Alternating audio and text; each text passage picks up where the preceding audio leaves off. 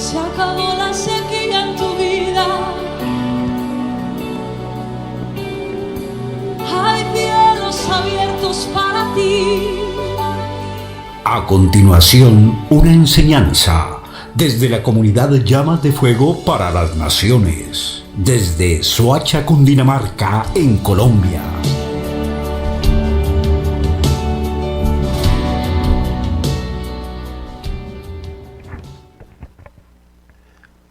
Shabbat Shalom para todos en esta tarde. Damos la bienvenida a todos aquellos que se conectan a través de la fanpage del ROE Pablo Escalante y de la emisora Restaurando las Sendas Antiguas. Bueno, es una bendición otro Shabbat más estar hoy en esta tarde,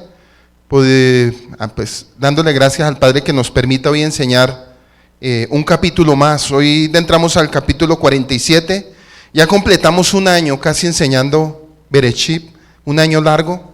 Mirándolo a la luz del contexto de la Torá, ya nos quedan 3 capítulos y es bien emocionante, ¿saben? Cuando leemos el libro y empezamos a entender todo lo que el Padre quiso empezar a revelar desde su capítulo 1 hasta el 50, en los 1532 versículos, se aprende mucho, edifica mucho, lo ayuda a uno a entender muchos asuntos que hoy en día desafortunadamente por ignorancia o el conocimiento de las escrituras muchos nos lo enseñan. Y bueno, vamos a comenzar con una pequeña reflexión para entrar antes al capítulo 47. ¿Cuál es la reflexión antes de la enseñanza? Nosotros como pueblo, ¿cierto? Todos hemos estudiado mucho la historia del pueblo de Israel.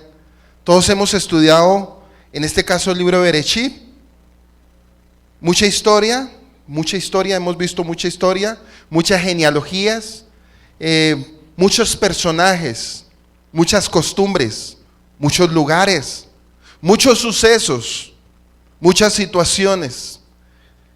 La pregunta es si realmente hemos aprendido de toda esta historia. ¿Qué hemos estudiado? Porque obviamente solo es el estar estudiando para no sacar lecciones para traerlas a nuestra vida no tendría ningún sentido si estudiamos, pero no lo traemos a nuestra vida. Muchos simplemente se quedan en estudios como la historia del pueblo de Israel para el tiempo de ellos. Y no es así. Es la historia del pueblo de Israel para el tiempo de nosotros. Entonces surge una pregunta, y vuelvo otra vez y la hago. ¿Qué tanto usted está poniendo o qué tanto usted está poniendo en práctica cada enseñanza o de cada capítulo de cada Shabbat para su vida? Porque el objetivo de esa historia, ¿qué me transmite? ¿Qué me enseña en la actualidad? ¿Cuál es el mensaje de la historia para nosotros? Para entender mi presente tengo que volver al pasado. Bereshit están las respuestas del futuro como pueblo. Y dice que José le da tierras a su familia. Y vamos a empezar ahorita a mirar, bueno, José, el padre lo envió a Egipto para preparar lugar, para que sus hermanos a la postrer descendieran. Y la pregunta es, en este tiempo, para esta hora, para estas fechas, ¿qué nos puede enseñar este capítulo? ¿Y qué vamos a extraer de este capítulo? Porque el punto es, ¿qué vamos a extraer de este capítulo? Porque no tendría sentido yo ponerme a enseñar algo si no tiene ningún objetivo claro. No tiene sentido yo enseñar Bereshit capítulo 47. Y desafortunadamente cuando miramos ciertos, digámoslo así, ciertos intérpretes de las escrituras, analizaba yo que estos contextos los utilizaban y los sacaban todo fuera de contexto y hacían un pretexto. No enseñaban absolutamente ni no llevaban al pueblo para nada. Pero el punto es este, mire, nosotros como el pueblo de Israel, y usted tiene que tenerlo muy claro. Yo pienso que usted debe tener muy arraigada la fe para este tiempo, más que cuando estábamos en el cristianismo. El cristianismo fue un trampolín y una plataforma para poder entender lo que somos como pueblo. Pero el punto importante es, ¿qué tanto usted ha entendido desde el capítulo 1 hasta el capítulo 47? ¿Cómo usted lo puede aplicar? ¿Cómo puede usted extraer las bendiciones espirituales? Porque acuérdese que la palabra nos enseña, el mandamiento, hay un mandamiento, también hay una promesa. Cada vez que el pueblo obedecía, Yahweh los bendecía. Cada vez que el pueblo desobedecía, dice que los cielos se cerraban y empezaban ellos a vivir angustia, aflicción y hambruna. Por eso era necesario que el pueblo de Israel descendiera a Egipto. Y si usted mira el tiempo presente, el sistema en el que estamos viviendo se llama el sistema Egipto.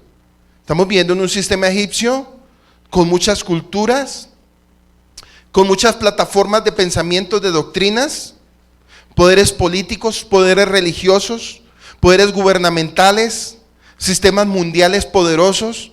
Pero la pregunta es, para que usted empiece a pensar, o para si de pronto usted en algún momento pensaba, yo me siento solo, pareciera que Yahweh no estuviera en el asunto con nosotros.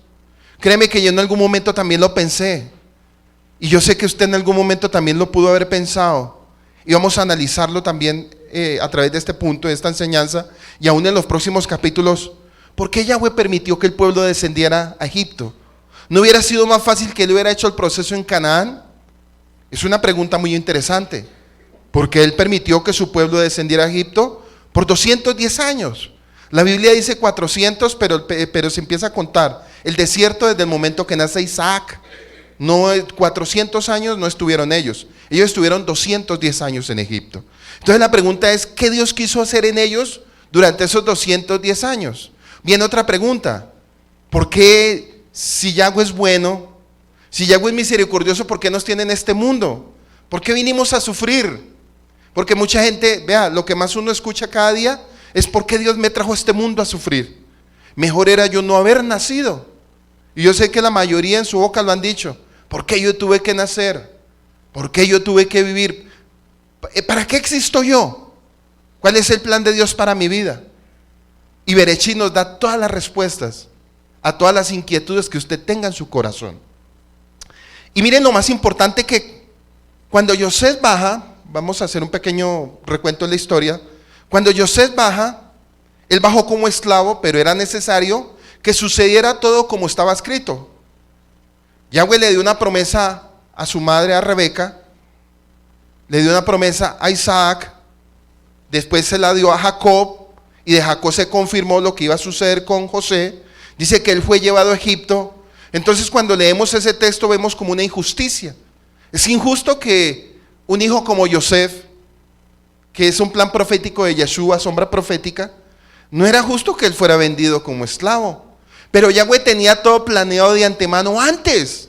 Un emocionalista dice, esto es triste. Una persona al espíritu dice, es un plan divino. Por si usted de pronto en estos tiempos está dudando de su vida, está dudando del llamado, está dudando de Dios, porque a veces las malas situaciones y los malos momentos hacen de que usted empiece a dudar en los asuntos de Dios. Pero hoy va a aprender usted algo, y hemos venido aprendiendo algo. Todo lo que pase, todo lo bueno y todo lo malo, si usted está dentro de la voluntad de Dios, es con un propósito. Si usted está fuera de la voluntad de Dios, ese es el fruto de su pecado. Todo lo que pase fuera de la voluntad de Dios es fruto de su pecado. Todo lo que pase dentro de la voluntad de Dios es proceso y bendición de Dios. Por eso en la carta a Corintios dice que la tristeza que es según Yahweh es para vida eterna y para salvación, pero la tristeza que es según el mundo es para perdición. Entonces nos damos cuenta que cuando Yosef baja, vive un proceso casi de 20 años, un proceso para a la postrer ser virrey de la nación más poderosa del mundo. Para ese entonces Egipto era la nación más poderosa con Babilonia, pero miramos que el centro de todas las naciones para ese entonces era Egipto. Entonces la pregunta es, ¿por qué Yahweh permitió que ellos descendieran a Egipto? Porque Él quería mostrar su mano poderosa con la nación más poderosa del mundo y hacerle ver al pueblo de Israel, porque ellos eran infantes, eran inmaduros, como tú y yo lo somos. Ellos eran inmaduros y necesitaban ser formados. ¿Formados en qué sentido? Que ellos pudieran reconocer quién era Yahweh, que ellos pudieran reconocer la gloria del Padre, que ellos pudieran ver y reconocer el poder de Yahweh sobre la vida de ellos. O si no, no hubiera acontecido eso. Por eso Yahweh permitió que ellos descendieran a Egipto durante 210 años. Pero tuvo que mandar a uno para abrir brecha. A Yosef tuvo que abrir brecha. Pero miramos que esa brecha fue una brecha de bendición. A la postrer fue dolor. Por eso dice que al parecer la disciplina no es buena, pero a la final trae bendición y salvación. Y eso fue lo que pasó con Joseph. Y miramos que Yahweh lo utiliza de una manera tan sobrenatural, lo dota de sabiduría, lo dota de conocimiento, lo dota de toda virtud del Espíritu Santo, del Rúa, para él empezar a abrir brecha, para cuando descendieran las 12 tribus de Israel, su familia, a la cabeza con Israel. Y eso nos lleva a pensar para lo que dice Juan 14:2.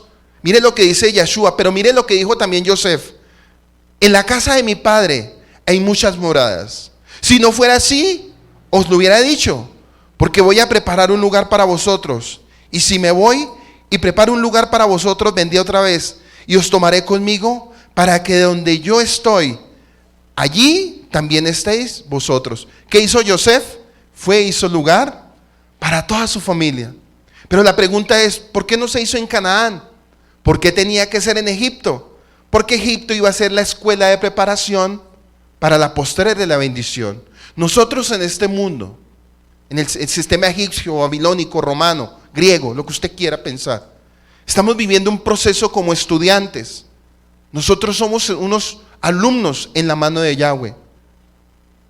Somos ovejas que estamos viviendo cada día un proceso para la postrer volver al lugar donde en un principio todo se originó.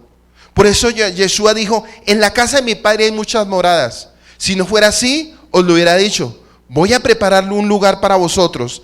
Y si me voy y preparo un lugar para vosotros, vendré otra vez. ¿Qué hizo Joseph? Volvió y le dijo a su familia, le dijo a Judá, le dijo a Rubén, le dijo a Simeón, le dijo a Benjamín, en este lugar hay lugar para todos ustedes. Traigan a mi padre. En el capítulo anterior nos damos cuenta que llega un mensaje hacia el padre. Jacob estaba triste, Jacob estaba afligido, porque por casi 20 años no sabía de su vida. Y dice que cuando él supo que su hijo estaba vivo, revivió el espíritu de él, e inmediatamente se levantó Israel, porque Israel se tiene que levantar en medio de las naciones, para que se cumpla el plan profético que Yahweh está decretando desde antemano para todos aquellos que lo aman. Dice Berechí 47 del 1 al 6, entonces José vino e informó a Faraón y dijo, mi padre y mis hermanos con sus ovejas, sus vacas y todo lo que tienen han venido de la tierra de Canaán. Otra pregunta, cuando José escogió el territorio de Gosén, el territorio de Gosén está situado más cerca hacia Israel que la misma capital de Egipto. El lugar que José escogió fue el mejor lugar de Egipto. Dice que eran fuentes de manantiales, cual en la tierra de Egipto no había. Dice que había tanta fertilidad y todo era tan fructífero que las mujeres fecundaban rápido. Y vamos a ver a la postre más adelante que el pueblo egipcio empezó a quejarse. Empezó a haber una queja del faraón y empezaron a decir, es que las mujeres hebreas fecundan y se multiplican demasiado rápido. Y eso llegó a oídos del faraón y el faraón se llenó de temor y miedo. Y a raíz de eso quiso ponerles cargas más pesadas, pero aún así poniéndoles cargas pesadas, el pueblo de Israel se seguía multiplicando, porque era a propósito de Yahweh. Sabemos que entraron 70 personas y en los 200 años después salieron 6 millones en el desierto. Se contaron al principio como 2, pero cuando llegaron a Israel llegaron como 6 millones. Y todo partió de una familia de 70 personas, en la cual representan 70 naciones de la tierra, que cuando venga Yeshua va a volver a hacer lo mismo. Tal vez si hacemos cuenta hay más de 400, 380 y pico, 400 naciones en la tierra, 7.200 millones de habitantes. Pero dice que cuando Yeshua retorne va a volver a recoger y todo va a ser al principio como 70 naciones. Dice que, y aquí están en la tierra de Gosén, y tomó 5 hombres, aquí viene mucha profecía ya, y tomó 5 hombres de entre sus hermanos y los presentó delante de Faraón. Hay una tradición judía, pero no es así. Pero yo les voy a dar los puntos de lo que de pronto usted ha leído en las parachás, porque en las parachás miran mucho lo que es Rashi, y Rashi se basa mucho a esto. Pero vamos a mirar proféticamente qué es lo que Yahweh nos quiere revelar. Lo que dice Rashi es esto: la tradición judía dice que eligió a 5 de apariencia física menos fuertes, a fin de que Faraón no los reclutara para su ejército. Estos podrían ser Yehudá, Gad, Neftalí, Dan y Zabulón. Eso dice la tradición judía. Pero vamos a mirar qué es lo que Yahweh quiere hablarnos con este versículo. En el hebreo antiguo, para el número 5 es la letra Hay. En hebreo moderno es Hey.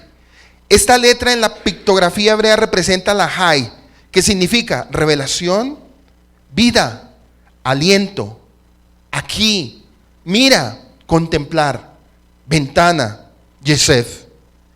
El hombre con las manos levantadas. Promesa de Yahweh a nuestro patriarca Jacob. Entonces vamos a ver Bereshit 28:13, donde dice, y aquí viene el punto. Y aquí Yahweh estaba sobre ella y dijo, Yahweh, Elohei de tu padre, el Elohei de Isaac, la tierra en la que estás acostado, te la daré a ti y a tu descendencia. También tu descendencia será como el polvo de la tierra. Estamos en Génesis 28:13. También tu descendencia será como el polvo de la tierra.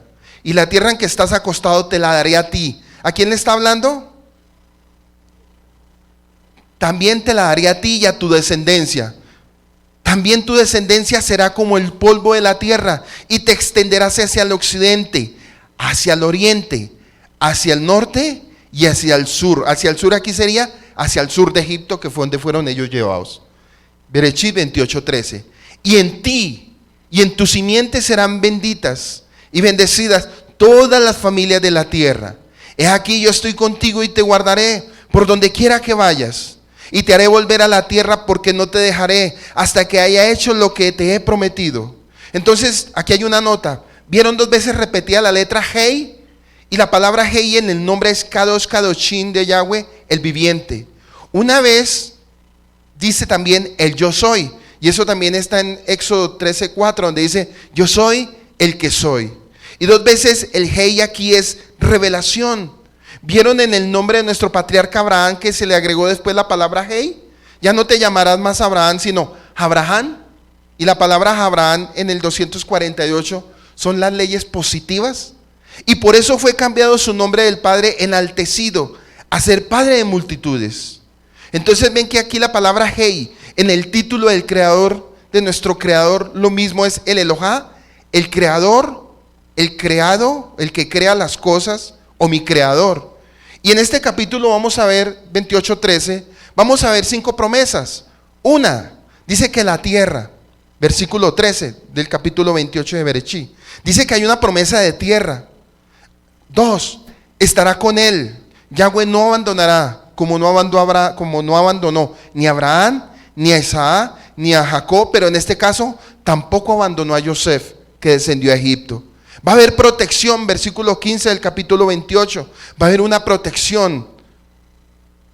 En el mismo versículo 15 del capítulo 28, dice que también los va a regresar nuevamente a su tierra. Miren lo que le dice en el 28 a Jacob, que volverán y tomarán lugar al mismo lugar donde él tenía recostado su cabeza sobre las piedras. Dice que ellos retornarían. Ya Jacob entendía lo que iba a suceder a la postrer.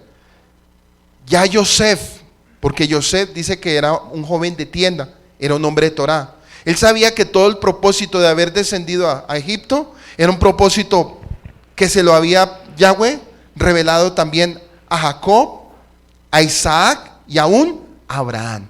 O sea, para que usted vaya entendiendo que ellos, los patriarcas, no solamente fueron patriarcas, también fueron profetas. Y dice que también en el versículo 15 del capítulo 28 dice, no los voy a abandonar. Y si usted mira cuando el pueblo de Israel descendió a Egipto y cuando ya después con el tiempo muere Yosef, dice que inmediatamente apenas muere Yosef, caen en la esclavitud. Hay otro texto que dice que inmediatamente apenas muere Jacob, entran a la esclavitud. Muere Jacob, entran a la esclavitud.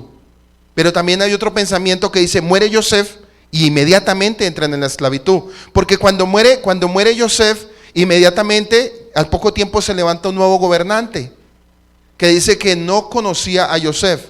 Sí lo conocía, pero él aborrecía lo que Yahweh había hecho con el pueblo de Israel.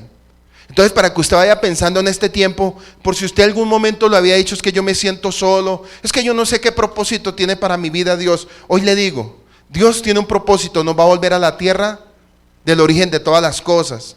Él estará con nosotros. Hay protección divina. hay una promesa donde dice que en capítulo 22 de Apocalipsis, yo Juan vi la nueva Jerusalén descender del cielo. Y dice que cuando Yeshua descienda, los muertos en Yahshua resucitarán primero. Luego los que estemos seremos levantados para ser llevados inmediatamente, ¿a dónde? A Jerusalén. Y dice también que no nos abandonará. Por si usted en algún momento se ha sentido triste, dice que yo me siento solo, pareciera que Dios no estuviera conmigo, la situación ha estado dura, es que estoy viviendo tiempos difíciles. Miren, esto es para que usted se aliente. Esta enseñanza de hoy es para que usted haga como Jacob, su espíritu reviva y usted nuevamente vuelva y se levante.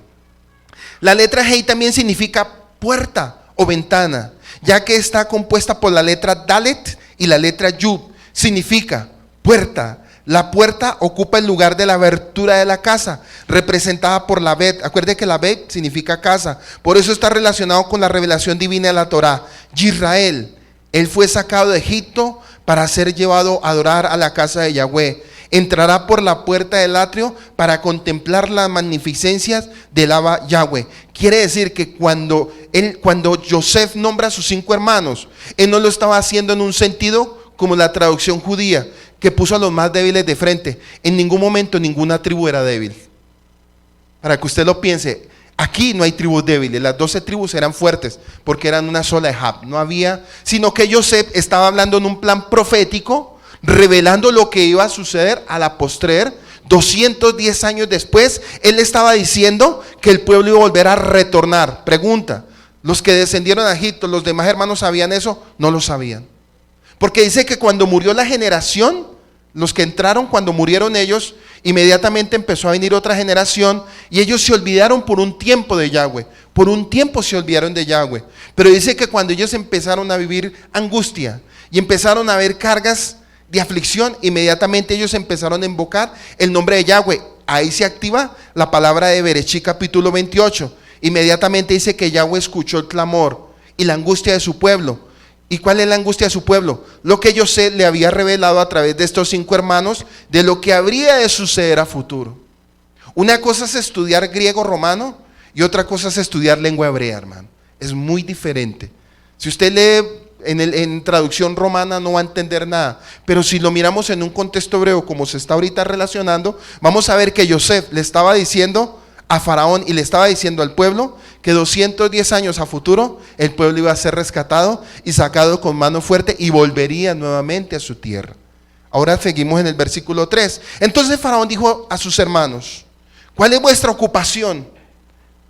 Y ellos le dijeron a Faraón: tus siervos son pastores de ovejas. ¿Por qué dice Yosef tus siervos son pastores de ovejas?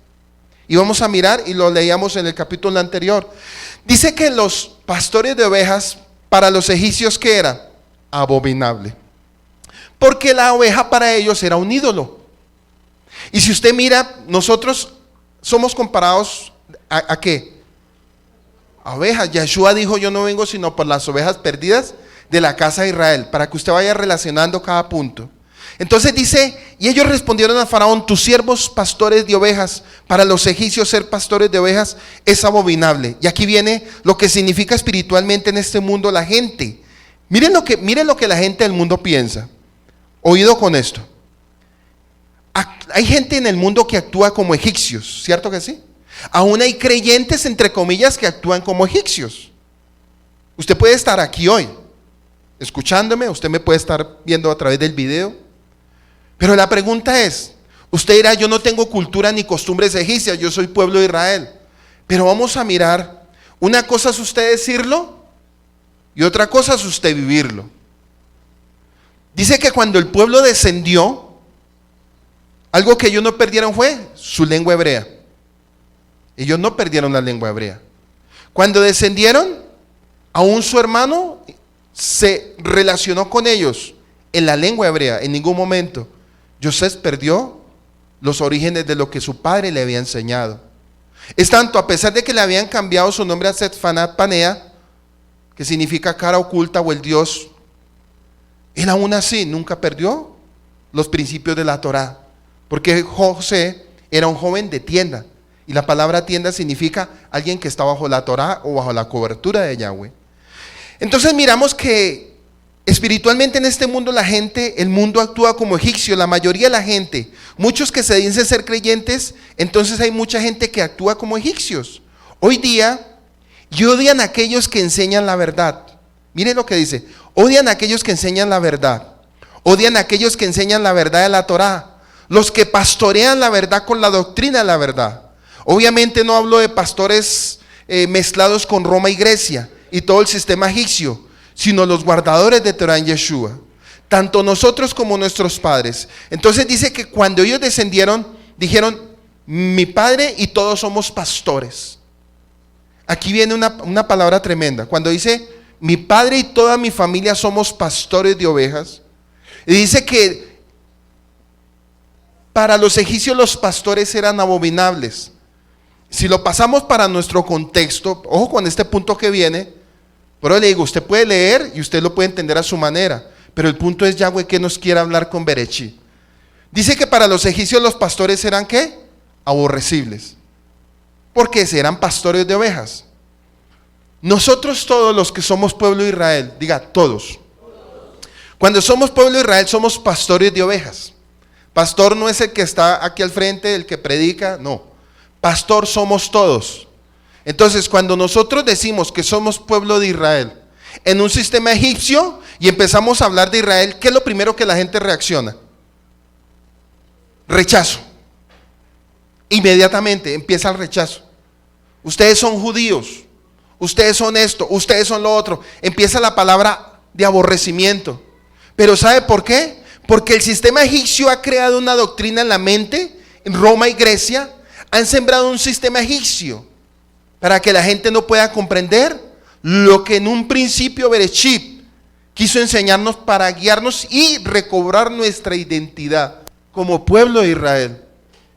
Por eso, cuando nos escuchan o cuando usted lo escuchan, o cuando usted empieza a hablar en nombre de Yuhei Baihei, cuando usted habla en nombre de Yeshua, cuando usted habla de las fiestas, cuando usted habla de Shabbat, inmediatamente la doctrina egipcia dice, aborrezco a esa gente. Los aborrezco. ¿Sí ve? Para Faraón era aborrecible los pastores. Por eso ellos se presentaron como pueblo de Israel diciendo, somos pastores de ovejas. Cuando usted dice somos pueblo de Israel, va a ser aborrecido, porque la gente no sabe el origen, ni saben el final de ellos. Por eso José, cuando está hablando en el versículo 2, con estos 5 hermanos, no está hablando que sean los más cobardes para que los reclutaran en el ejército. No estaba hablando eso. Lo que él estaba dando era una revelación divina, porque él era ¿qué? Profeta, hermano. José era profeta. Y con los 5 hermanos estaba hablando lo que iba a acontecer a futuro. Él estaba prácticamente recitando lo que iba a pasar. Pero también el desenlace de lo que iba a suceder. Entonces, cuando miramos que Faraón aborrecía, dice, aborrezco los pastores de ovejas, porque las ovejas para ellos eran los ídolos. Versículo 4, dijeron también a Faraón. Aquí miramos que hay 4 aspectos de su respuesta que pretenden aliviar cualquier temor que Faraón pudiera tener en cuanto a ellos. Porque José dijo que ellos eran pastores, pero si miramos más que pastores, ellos eran un sistema patriarcal. Más que pastores eran un sistema patriarcal. Las 12 tribus de Israel representan también los 12 patriarcas también. 12 patriarcas. Y lo más importante es que cuando se construye el tabernáculo, dice que a cada tribu se le dio un lugar especial. La tribu al sur, la tribu al norte, al oeste y al oeste. ¿Y qué significaba eso? Que todas esas tribus se iban a extender a toda la tierra. Se iban a tener que extender. No habría un lugar específico para que el pueblo de Israel se multiplicara a la postrer. Por eso puso tribus alrededor. Y si usted mira a tiempo presente, hoy en día las tribus están esparcidas. Pero estamos retornando, ¿por qué? Porque dice que al final de los tiempos, Yahweh traería la verdad y traería un despertar. Cuando habla del valle de los huesos secos, está hablando del pueblo de Israel recobrando vida, volviendo a nuestros orígenes y recuperando nuestra identidad que nos habían robado en Egipto. Pero como a Satanás no le conviene, aborrece los pastores que predican Torah. A Satanás no le conviene que guardemos fiestas. A Satanás no le conviene que guardemos los tiempos. Por eso cuando el pueblo de Israel cuando iba a ser libertado, Moshe dijo: deja a mi pueblo que salga al desierto a celebrar fiesta. ¿Sí ve? Entonces, dése cuenta que en ningún momento se perdió lo que Yahweh desde Bereshit, desde un comienzo, tenía establecido. Dice que eran pastores, eran moradores temporales. Quiere decir que para ese tiempo ese faraón que era de cultura Ixo, ¿se acuerda? Ixo era semita. Ese faraón de ese tiempo, Ixo, era un semita. Por eso tanta gracia puso Yahweh con ese faraón. Pero dice que el postrer faraón que hubo no era semita, era ya un cananeo. Y los cananeos odian el pueblo de Israel. Y lo vamos a ver en los capítulos de Éxodo, en Deuteronomio, ya en los profetas vamos a ver que Canaán empezó a tomar fuerza. Se habían visto obligados a llegar a Egipto, pidieron permiso. Oiga, pues pidieron permiso para establecerse en la tierra, aparentemente por un periodo limitado. Se suponía que ¿cuánto era el tiempo de escasez? Eran 7 años, pero cuando Jacob llegó a los 2 años, cesó el hambre. Jacob llegó a los 2 años e inmediatamente cuando él pisó Egipto, cesó la hambruna.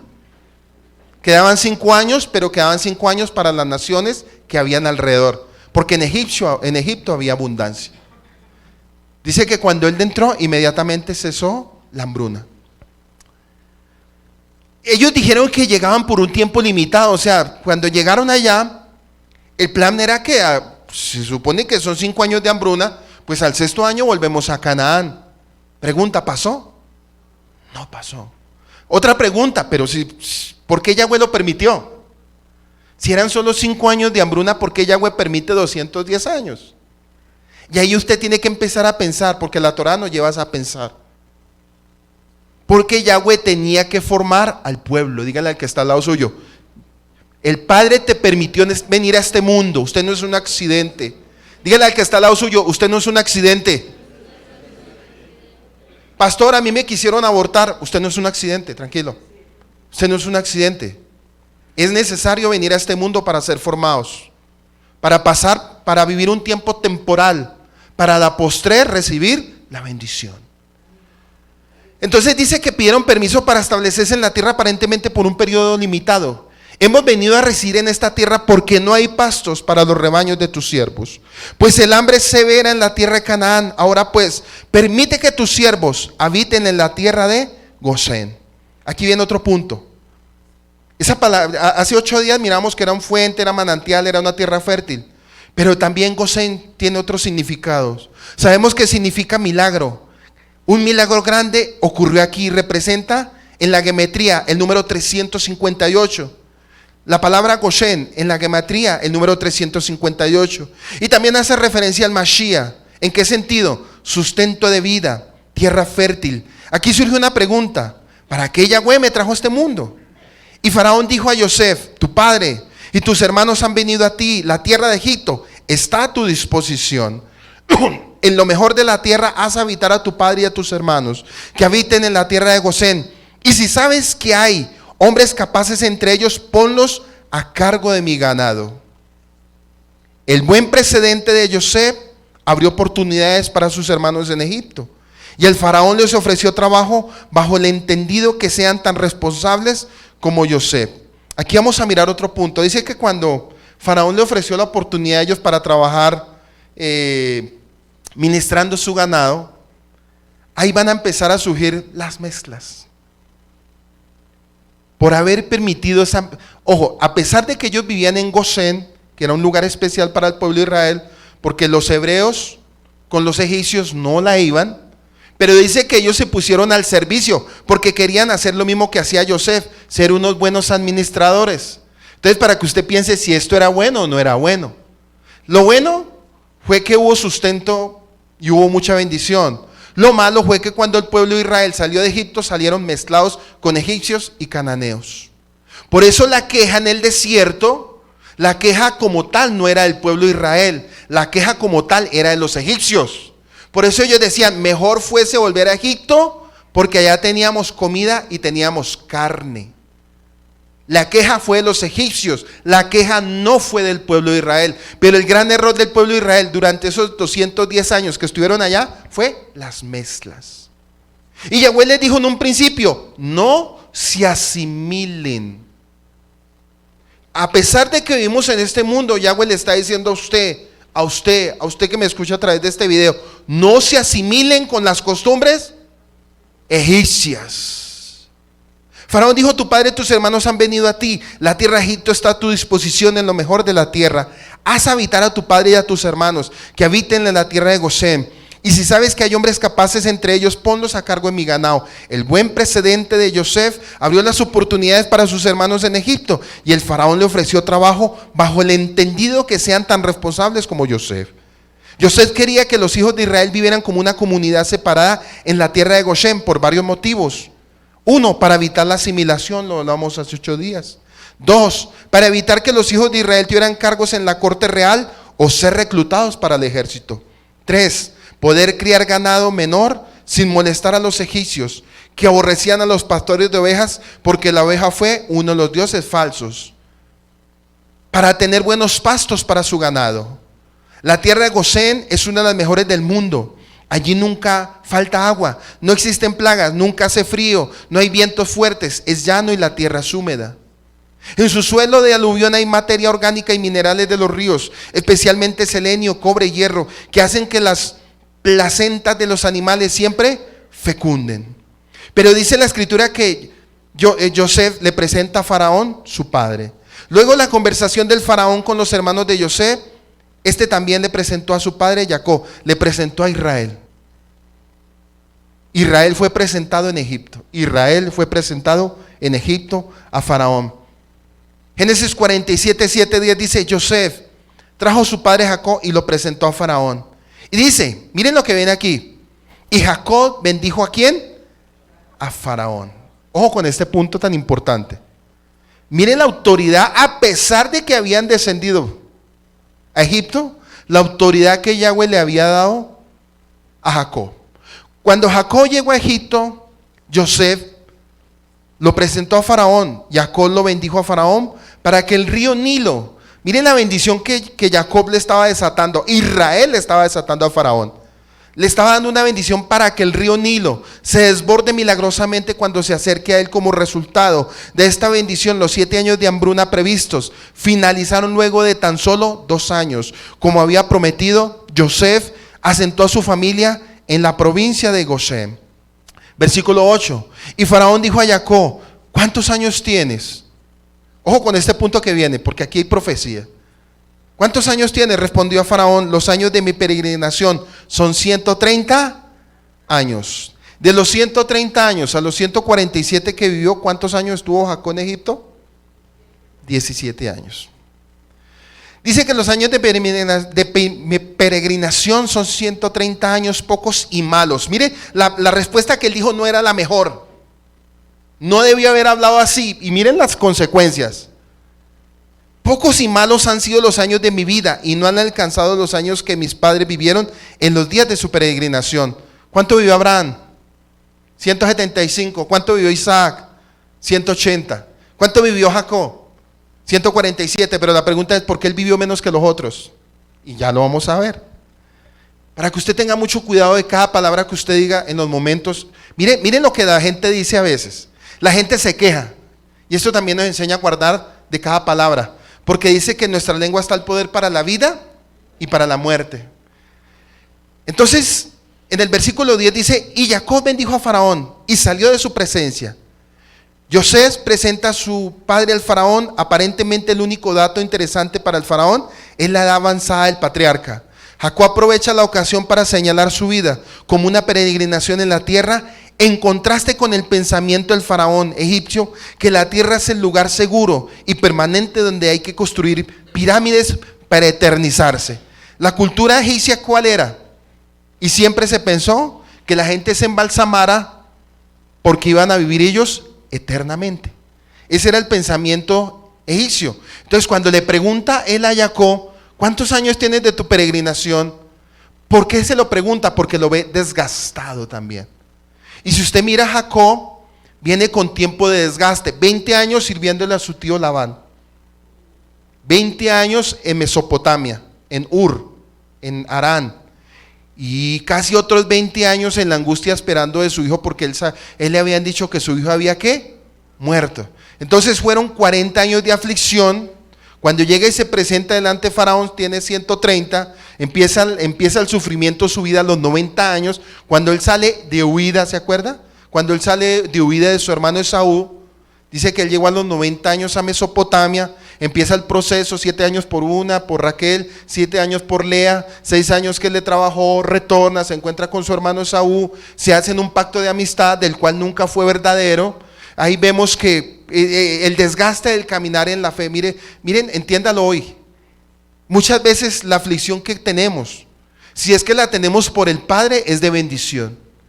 Usted no ha escuchado que hay gente que dice: yo llevo 40 años sirviéndole al Padre y ha sido mucha bendición, aunque estoy un poco desgastado en la fe, aunque han sucedido cosas, pero Baruch Hashem, bendito sea su nombre, porque yo le he servido a Él. Y eso es lo que usted tiene que sacar de su boca cada día cuando le sirve a Yahweh. No sé usted cuánto tiempo va a vivir o cuánto se va a mantener o si va a volver atrás. Eso es cuestión suya. Pero el punto es si usted aguanta hasta el final. Cuando usted algún día le pregunten: oiga, pero tremendo usted haber aguantado 40, 50 años en la fe. Y usted va a decir: Baruch Hashem, porque Yahweh me sostuvo. Y no hacer como Jacob en este momento, una queja. Él habló fue como una queja en vez de haber dicho: Baruch Hashem, bendito sea su nombre, que él hasta el día de hoy me ha sostenido. Él no lo dijo. Y vamos a ver que cuando uno dice una palabra que no enaltece el nombre de Yahweh, trae consecuencias. Ojo con este punto. Por eso le digo, no solamente es estudiar Bereshit, no es solamente estudiar historia, no es solamente decir fue una historia de los patriarcas de ese entonces, es para nuestro tiempo. Dice que Yosef presenta a su padre al faraón. Aparentemente el único dato interesante para el faraón es la edad avanzada del patriarca. O sea, el faraón se preocupó fue por la edad de él. Como que lo veo desgastado, como que, pues claro, son 40 años, hermano. Póngase usted a pensar cuántos años, si usted camina realmente con el Padre hasta el final, cuando le estén diciendo al final de sus días: oiga, pero tremendo, usted está fuerte y cómo ha aguantado. Y usted no va a decir: ay no, pues es que la verdad, pues yo estuve ahí aquí, yo no sé ni por qué estoy en la iglesia, pero he aguantado. No, Baruch Hashem, bendito sea su nombre, que el Padre me ha sostenido hasta los días de hoy para poder soportar hasta el final. Y dice que en la tierra es el lugar seguro y permanente donde hay que construir pirámides. Eso es el pensamiento egipcio. Pero vamos a mirar una promesa y una patria celestial preparada para el eterno. Es el destino final de los patriarcas. Los egipcios, el final de ellos eran las pirámides de Egipto. Por eso cuando ellos los enterraban, los embalsamaban en sal, y con sus riquezas, porque ellos iban a vivir ¿qué? Eternamente. Pero nosotros, el pueblo de Israel, dígale al que está al lado suyo, pueblo de Israel, hay un destino, y eso está en Hebreos 11, 13 al 16. Capítulo 11, 13 al 16 dice: todos estos murieron en fe, sin haber recibido las promesas. ¿De quién están hablando? Abraham, Isaac, Jacob, Yosef. Todos ellos murieron sin haber recibido las promesas, pero habiéndolas visto y aceptado con gusto desde lejos, confesando que eran ¿qué? Extranjeros y peregrinos. ¿Cuántos extranjeros y peregrinos hay acá? ¿Y cuántos están arraigados a Egipto, a este sistema? Ninguno, gloria a Dios. Somos extranjeros y peregrinos sobre la tierra, porque lo que dicen tales cosas claramente dan a entender que buscan una patria propia. Y si en verdad hubieran estado pensando en aquella patria de donde salieron, habrían tenido la oportunidad de volver. Pero en realidad anhelan una patria mejor, es decir, la patria celestial, la nueva Jerusalén que desciende del cielo, por la cual el Elohim no se avergüenza de ser llamado Elohim de ellos, pues les ha preparado una ciudad. ¿Sabían ellos que iba a descender una nueva Jerusalén? No sé, esta historia hace 2000 años, estamos en el año 6000, ya han pasado 4000 años. La pregunta es: ¿cuál era el pensamiento de Abraham? ¿Cuál era el pensamiento de Isaac? ¿Cuál era el pensamiento de Jacob? ¿Cuál era el pensamiento de Yosef? ¿Cuál era el pensamiento de los patriarcas? ¿Una nueva qué? Una nueva ciudad que descendería. Ellos lo creyeron. La pregunta es, ¿usted qué es lo que cree? Pregúntale al que está al lado suyo, ¿dónde está su mirada? ¿Qué es lo que usted está viendo? ¿O usted de los que dice, yo como, vivo, me reproduzco y muero? Porque si usted tiene ese pensamiento, hermano, perdió y está en el lugar incorrecto. Nosotros estamos parados aquí porque tenemos y sabemos de una ciudadanía nueva que descenderá del cielo. Una ciudadanía incorruptible, no corruptible. Además, Jacob pronuncia su bendición sobre el faraón. Al inicio y al final de la entrevista, este hecho es significativo por dos razones. Primera, el faraón era considerado como una divinidad. Acuérdese que Faraón para ese tiempo era de los mayores brujos sacerdotes. Era un brujo y un sacerdote. Sin embargo, Jacob le ubica bajo la bendición de Elohim, dándole así testimonio del Elohim verdadero y de la condición de todo hombre ante de él. Así se cumple uno de los compromisos patriarcales y de su descendencia al de ser bendición a todas las familias de la tierra. El faraón era el propietario y dispensador del sustento material. Jacob era el instrumento y distribuidor de la bendición espiritual y divina. Ambos se benefician y se complementan mutuamente. Resulta muy interesante este detalle, ya que la misma escritura dice que era una práctica usual, que el mayor bendiciera al menor. Y siempre será así. Faraón era considerado un dios, el dios Ra. Pero vemos aquí que recibe una bendición de Jacob, reconociendo que Jacob es mayor que él. Y no solo esto, sino que Faraón, que recibe la bendición por parte de Jacob, sabiendo que Jacob, que el Elohim de Yosef, es el Elohim de Jacob, el Elohim de Isaac y el Elohim de Abraham, y que está con ellos. Surge otra pregunta nosotros en este sistema de Egipto. ¿Usted cuánto cree que Yahweh está con usted? ¿Usted cree que es bendición? Vuelvo y le pregunto, ¿usted cree que usted es bendición? Dice que el menor, que era Jacob, bendijo al mayor. En ese momento era el egipcio. Y él le decían el dios Ra porque era un sacerdote. Pero nos damos cuenta que la bendición que Yahweh había otorgado sobre Abraham, Isaac y Jacob era mayor que todas. Por eso en Bereshit 12 le dice a Abraham, maldito el que maldiga a Israel, bendito el que bendiga a Israel, porque en ti serán benditas todas las naciones de la tierra. ¿Superior que Israel? No. Hay gente que dice que el ombligo del mundo es Ecuador. El ombligo del mundo es Israel. No es Ecuador. El ombligo del mundo es Israel. Pregunta, ¿por qué niegan a Israel? Si miramos en historia, podemos hablar de Colombia. La historia más antigua, yo creo que están en las costas, 400 años. Hablamos de una historia de 400 años, Cartagena, un ejemplo, Santa Marta. Entraron los españoles por ese lado. Se habla de una historia de 400 años, pero si hablamos de Israel, hasta este momento hablamos de una historia de 6,000 años. ¿Lo supera a todos? Israel supera en cultura, en historia y en lo que quiera a todas las naciones de la tierra. Por eso el origen es de ahí, y de ahí parte todo para lo que hoy en día somos todos nosotros.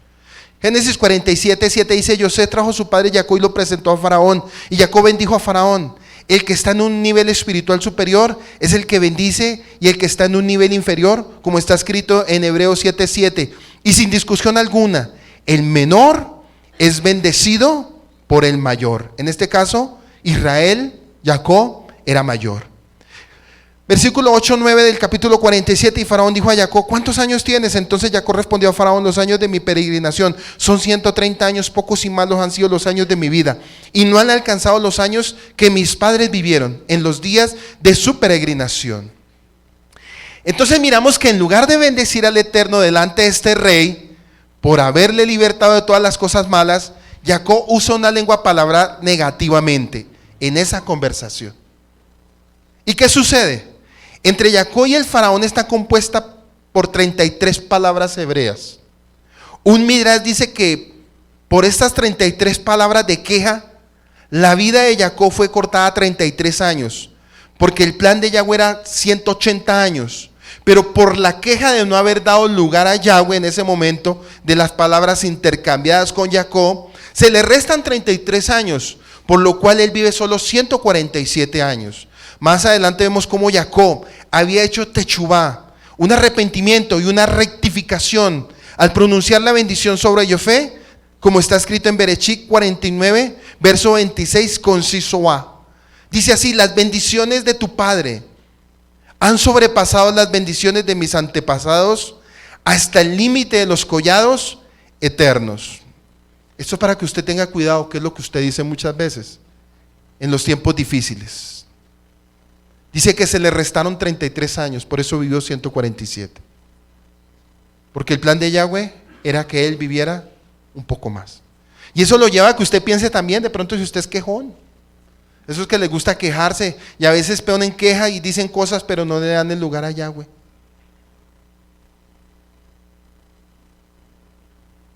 Y vamos a ver en medio de la hambruna qué sucede. En medio de la hambruna generalizada, la familia de Jacob siempre tuvo provisión y nunca le faltó nada. Surge una pregunta y siempre lo hemos venido hablando desde que estamos en el cristianismo. Van a venir tiempos difíciles y los estamos viendo. ¿Sí? Estamos viendo algo que históricamente en Colombia no había ocurrido y está ocurriendo en la capital, que es el centro religioso de Colombia, de todas las doctrinas, de lo que usted quiera mirar. Pero Yahweh está permitiendo esto. ¿Por qué lo está permitiendo?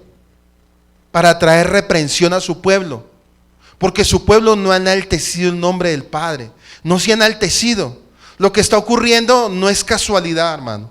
Nada de lo que ocurra en Colombia o en cualquier país del mundo o en cualquier rincón del mundo es casualidad, porque todo está sujeto bajo la voluntad de Yahweh. Entonces quiere decir que irá a pasar ahorita, que irá a pasar en los próximos meses, que irá a pasar el próximo año con ese gobierno nuevo, con la alcaldía nueva. ¿Qué irá a suceder con todos esos políticos que van a estar alrededor de ella, que entre comillas dicen que son cristianos? Pastores, concejales, senadores, ministros. Pero Yahweh está permitiendo todo esto, dígale al que está al lado suyo, por algo.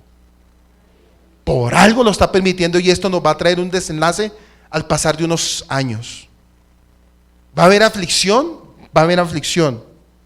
Al parecer para Egipto, Egipto está contento, porque Egipto está diciendo: bravo, hurra, Sodoma y Gomorra. ¿Sí? Y el pueblo de Israel dice: los verdaderos están diciendo fatal. Pero Yahweh nos va a guardar en medio de este sistema. Como lo hizo con los patriarcas, lo va a hacer contigo, conmigo y contigo que me estás escuchando. Porque las promesas de Berechit capítulo 28, verso 13 al 15 se sostienen hasta el final. Porque cuando Yahweh decreta una palabra, es de principio a fin. Y nadie la puede, ¿qué? Anular. Pues si usted de pronto está preocupado, porque debe haber preocupación en Bogotá, no en este lugar. La preocupación debe estar allá, porque si quieren cambiar reglas y leyes, lo pueden hacer. Ese faraón lo puede hacer, o esa faraona, como usted lo quiera llamar. Pero todo sucede con un propósito. Dígale al que está al lado suyo: todo sucede con un propósito.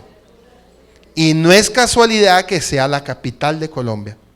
Hubiera sido otra ciudad, uno dice, pues, y sabemos que la capital de Colombia es el centro de las religiones y el centro de la apostasía a nivel de Colombia también, porque de ahí parte todo. De ahí se generan todas las doctrinas y todas las mentiras que están mezcladas de Roma, Grecia y Egipto. ¿Yahweh se cansa? Yahweh se cansa. Y en medio de eso es cuando nuestras bocas tienen que declarar la bendición de Yahweh. Si está pasando eso, Baruch Hashem, Él nos va a bendecir y nos va a guardar. No importa que así pongan los faraones, que pongan bendito sea el Padre, nos va a bendecir. Y nos vamos a sostener y vamos a estar de pie. Pero nosotros dirían: no, esto se puso difícil. No, es que el diablo tiene poder. No, ¿cuál diablo? Nada. Yahweh tiene poder y nos va a sostener hasta el final y nos va a guardar. Esto no va a durar mucho, 4 o 5 años. pero es un tiempo que es necesario para que el pueblo religioso entienda y se arrepienta y busca en el rostro del Padre. Si mi pueblo se humillare y buscare mi rostro, entonces yo abriré la ventana de los cielos, dice Yahweh, y derramará bendición. Pero resulta que ese texto ya lo conocemos y sabemos que el Padre nos va a guardar, porque su mirada está puesta ¿dónde? Lo que hablaron ahorita de los patriarcas, ellos tuvieron una mirada puesta en los asuntos incorruptibles y no en los asuntos corruptibles. Bereshit 47, 11, 12, así pues Yosef estableció allí a su padre y a sus hermanos y les dio posesión de la tierra de Egipto, en lo mejor de la tierra, en la tierra de Ramsés, que también tenía como nombre Gosén, se llamaba también Ramsés, como Faraón había mandado. Y proveyó Yosef de alimento a su padre y a sus hermanos y a toda la casa de su padre, según el número de los hijos. Y anótese Números 4:3 para que usted lo lea en su casa. Puede referirse a cada miembro de la casa al que se le asignaba cierta cantidad de comida. Los rabinos dicen que los hijos desperdiciaban mucho pan y que este es un modismo que expresa que Yosef proveía abundantemente para ellos. Es posible que el término hijos sea una metáfora familiar íntima para todos los miembros de la familia del pacto de Yosef. Nos enseñó a pagar mal con bien, así como hizo con sus hermanos sustentándolos por el resto de su vida. Fue capaz de perdonar a sus hermanos, no solo porque era un maestro del autocontrol, sino principalmente porque entendió la naturaleza del mal humano. Como hemos visto, el acto malvado de sus hermanos de venderlo como esclavo sirvió para el plan de Yahweh, para que Yosef eventualmente se convirtiera en virrey de Egipto. Yosef se enfocó en el resultado positivo del acto de sus hermanos, en vez de su esencia mala. Similarmente le pedimos a Yahweh que nos trate como Yosef, sombra profética de Yeshua, trató a sus hermanos, viendo nuestras faltas como siendo en última instancia para bien, y respondiendo a ellas con bondad. Para inspirar al Eterno a ver nuestras faltas de esta forma, debemos primero hacer lo mismo nosotros, utilizando nuestras malas acciones como una motivación para el automejoramiento. La falta que alimenta esta transformación se convierte así en un mérito, sirviendo retroactivamente para un propósito positivo. Quiere decir que a pesar de que todos los hermanos de Yosef se portaron dura y cruelmente con él les pagó bien por mal. Y eso nos lleva a nosotros que a pesar de que nosotros somos infieles, Yeshua sigue permaneciendo fiel. Por si usted a veces, hay gente que se siente culpable, mire, hay gente que cuando se siente culpable no vuelven a la comunidad. Dice, es que yo me siento tan mal, yo me siento tan sucio, yo me siento tan culpable porque es que hice las peores porquerías de la vida. ¿Y cómo yo voy a ir a esa comunidad? ¿Cómo? Más que la comunidad es cómo yo me voy a estar frente al Padre. ¿Cómo yo voy a guardar? ¿Cómo yo me voy a parar frente a la santidad de Yahweh? Pero dice que Yahweh mismo, con su misericordia, a pesar de que somos injustos y somos malvados, nos permite ¿qué? Tener un tikkun, un arrepentimiento y retornar a la Teshuvah. Por eso Egipto es necesario para nosotros buscar también el rostro y el arrepentimiento. Porque todo lo que usted está viendo lo lleva a usted en arrepentimiento, ¿cierto? Si usted mira Chile, Chile está patas para arriba. Fueron 23 días de caos. Y la gente clamaba en las iglesias para que sucediera el cambio. Pero Yahweh lo permite todo, a pesar de todo eso, lo permite para que el pueblo se arrepiente y lo busque. Y eso, si usted ha mirado, son coletazos que están pasando en las naciones. Pero como no ha pasado en Colombia, ¿cierto? ¿No? Hace 43 años no hay un paro nacional, 43 años para los que les gusta llevar cuentas, hace 43 años no sucede un paro. No sucede. ¿Qué pasaría si sucediera? ¿Qué pasaría si se volviera un caos? Quemar, robar, acabar, lo poco que este país tiene. Y la gente se enloquezca toda. Ahí es donde la gente va a empezar a inclinar sus rodillas y empezar a buscar al Padre. Porque Dios tiene que hacer cosas a veces para traer arrepentimiento del corazón del hombre. Que ojalá el Padre lo permita y no suceda.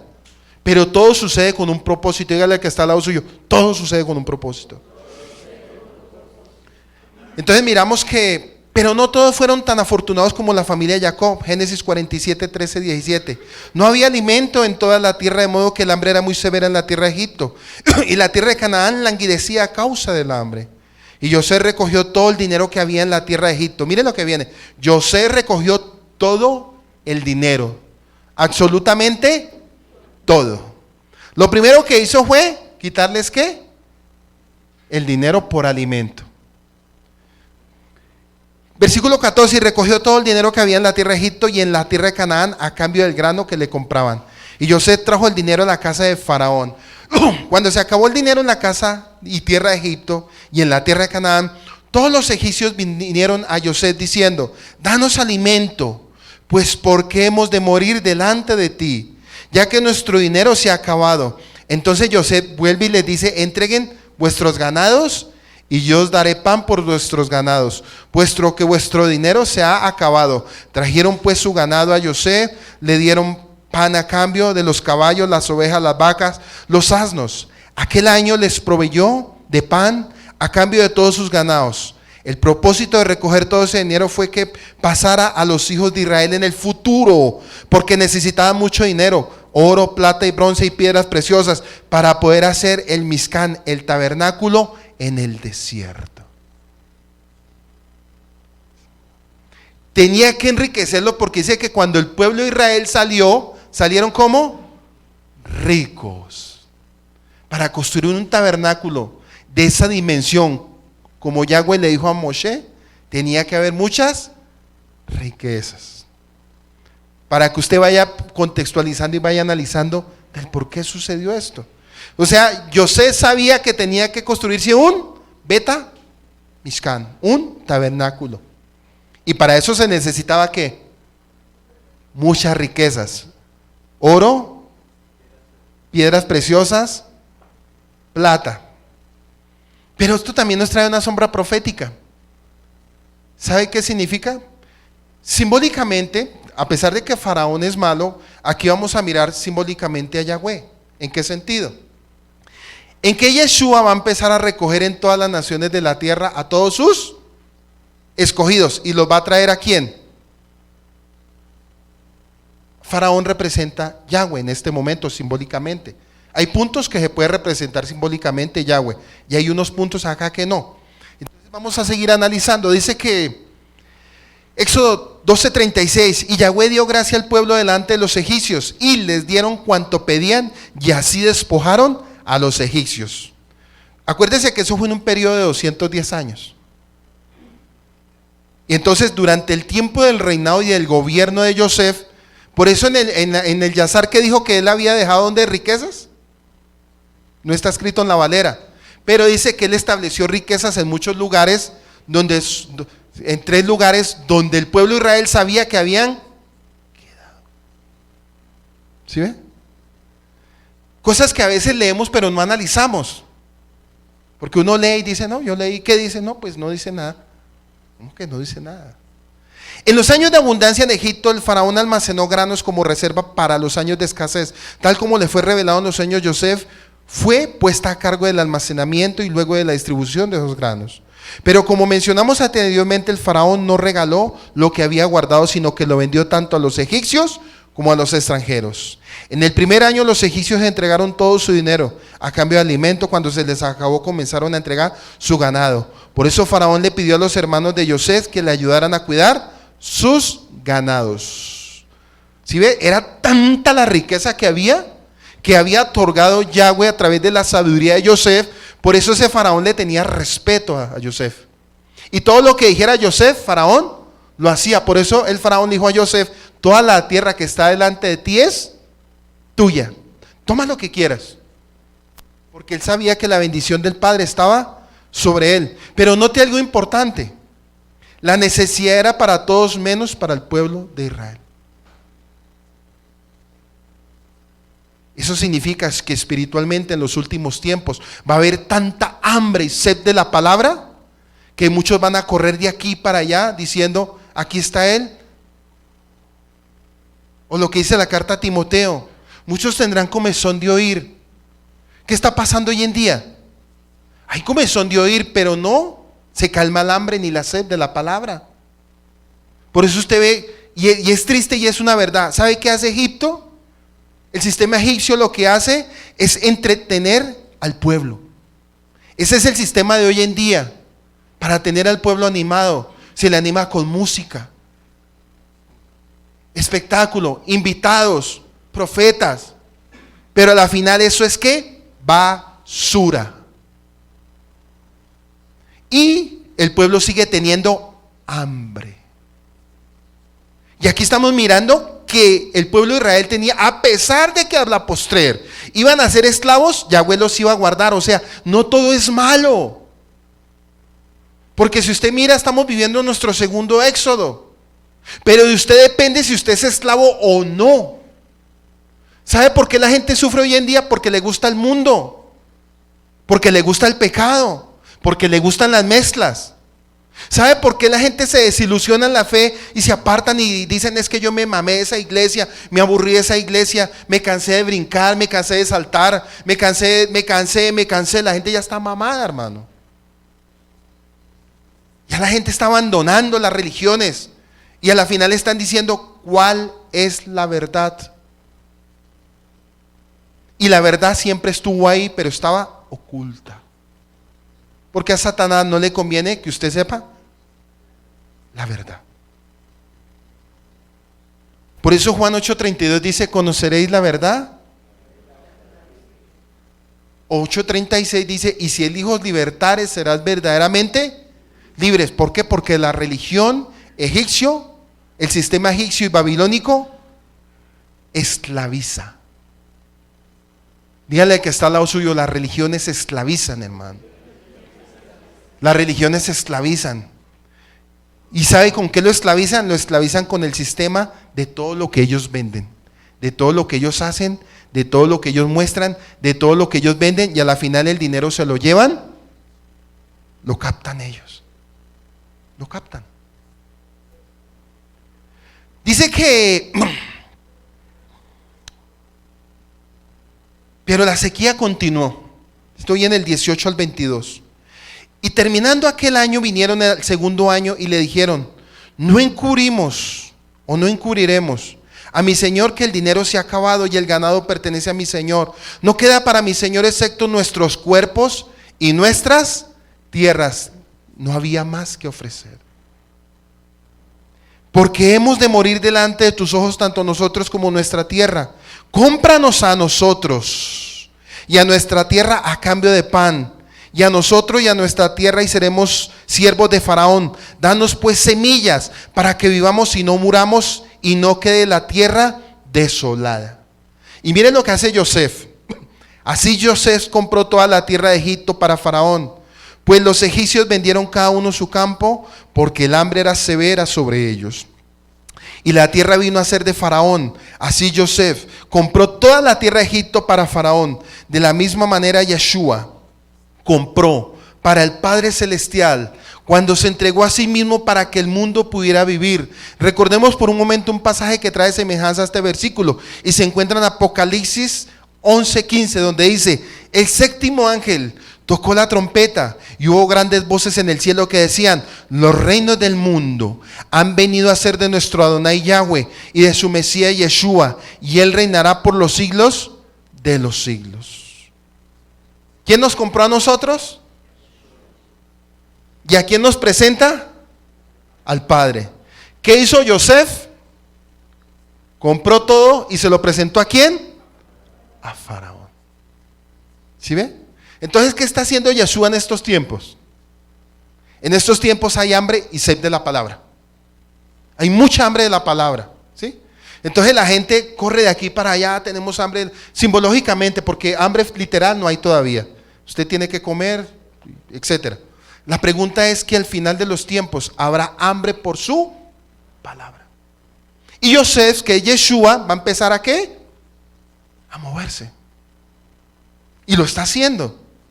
Porque por esa hambre que nosotros teníamos fue que llegamos a la restauración. Porque el que tiene hambre y sed de la palabra investiga. El que no tiene hambre y sed de la palabra da cada domingo basura y vómito. Eso es lo que enseñan en los púlpitos: basura y vómito. No enseñan más. ¿Y el pueblo qué está haciendo? Muerto de hambre.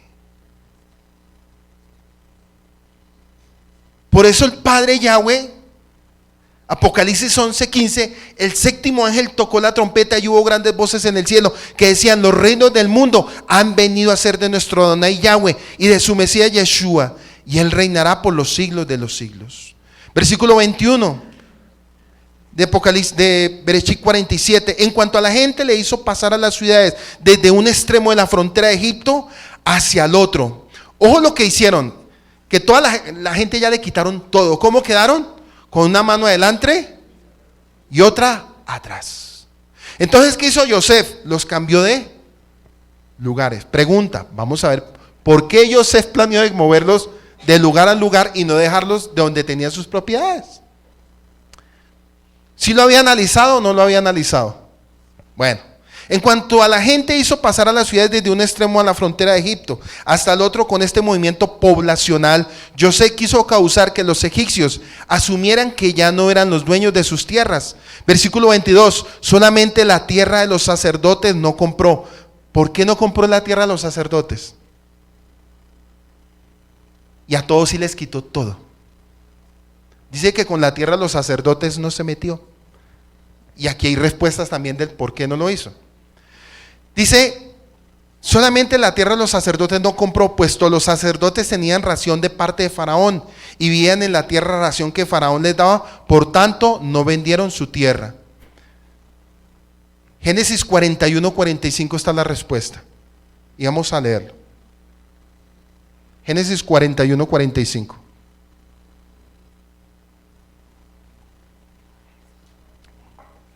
¿Lo tienen? Después de aquello, el faraón llamó a Safpanea, a Yosef, y le dio como esposa a Senab, hija de Potífera, el sacerdote de On, y Josef quedó a cargo de toda la tierra de Egipto, porque Yosef se emparentó. Por eso a ellos se les respetó. Si usted mira, cuando el pueblo de Israel, los levitas, dice que a todos se les dio herencia, menos a los levitas, porque los levitas iban a recibir la bendición del Adonai, de Yahweh.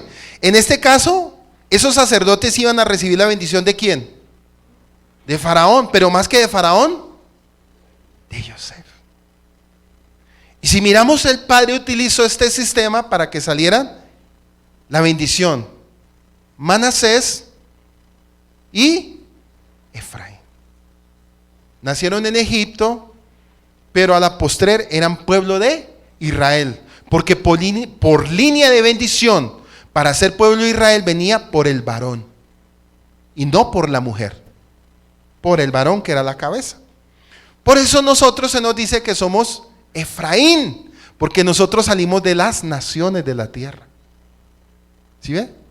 Por eso cuando usted pregúntele a cualquier pastor, venga, ¿quién es Efraín? Y verá con lo que le va a salir, hermano. Le va a salir con nada.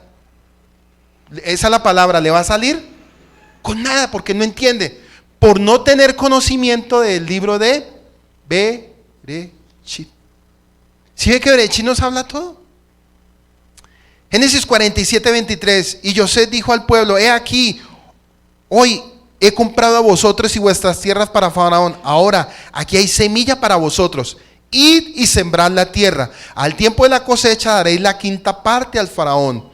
Y 4 partes serán vuestras para sembrar la tierra, y para vuestro mantenimiento, para vuestras casas, y para el alimento de los pequeños. Y ellos dijeron: nos ha salvado la vida. Hallemos gracia ante los ojos de Faraón mi señor, y seremos siervos de Faraón.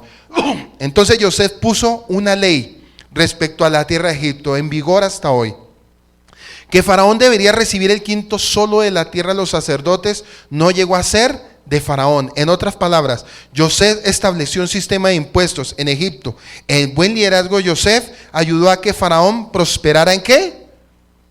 En gran manera. Viene otra pregunta, y aquí es tremendo. Yosef representa sombra profética de Yeshua, ¿cierto? Dice que se estaban cobrando unos impuestos pero a la vez se les dio a ellos ¿qué? Semillas, ¿sí o no? Si lo pasamos simbólicamente a nosotros, ¿qué sucede cuando la tierra nos produce a nosotros bendición? ¿Cómo es la manera de yo dar gratitud al Padre de lo que Él está haciendo en mi vida? La ofrenda, el diezmo, servicio. Pregunta, si en ese tiempo se establecieron ciertas reglas en medio de ese sistema, y si miramos Egipto es un sistema en el que estamos habitando, es un sistema donde la gente dice, ojo con este punto, es bien importante. En el sistema que nosotros estamos viviendo, que es un sistema de sometimiento, pero es un sistema de sometimiento pagano, ¿cierto? De impuestos, de reglas, de cosas, de muchas cosas establecidas. Si mi confianza está puesta en el Padre, cuando yo reconozco quién es el que está sobre mi vida, ojo con este punto que viene, esto es muy simbólico y profético y espiritual. La gente vive preocupado por lo que gana, ¿sí o no? La gente dice, no, ahorita ya están pensando, ¿cuánto va a ser el salario del otro año? La preocupación del que es empleado, ¿cuál es? ¿Y cuánto irán a subirle el salario del otro año? Sí, esa es su preocupación, no es más. La verdad, sí, esa es su preocupación. Pregunta, pero si usted es pueblo de Dios y usted entiende lo que José está transmitiendo, dice que el pueblo de Israel fue separado. Ellos fueron ¿qué? Apartados en un lugar especial. A pesar de que vivían dentro de Egipto, eran apartados en un lugar especial. Si usted sabe que usted es pueblo, miren lo que viene. Pregunta, ¿cuál es el miedo a lo que suceda? Dígale que está al lado suyo, ¿cuál es el miedo?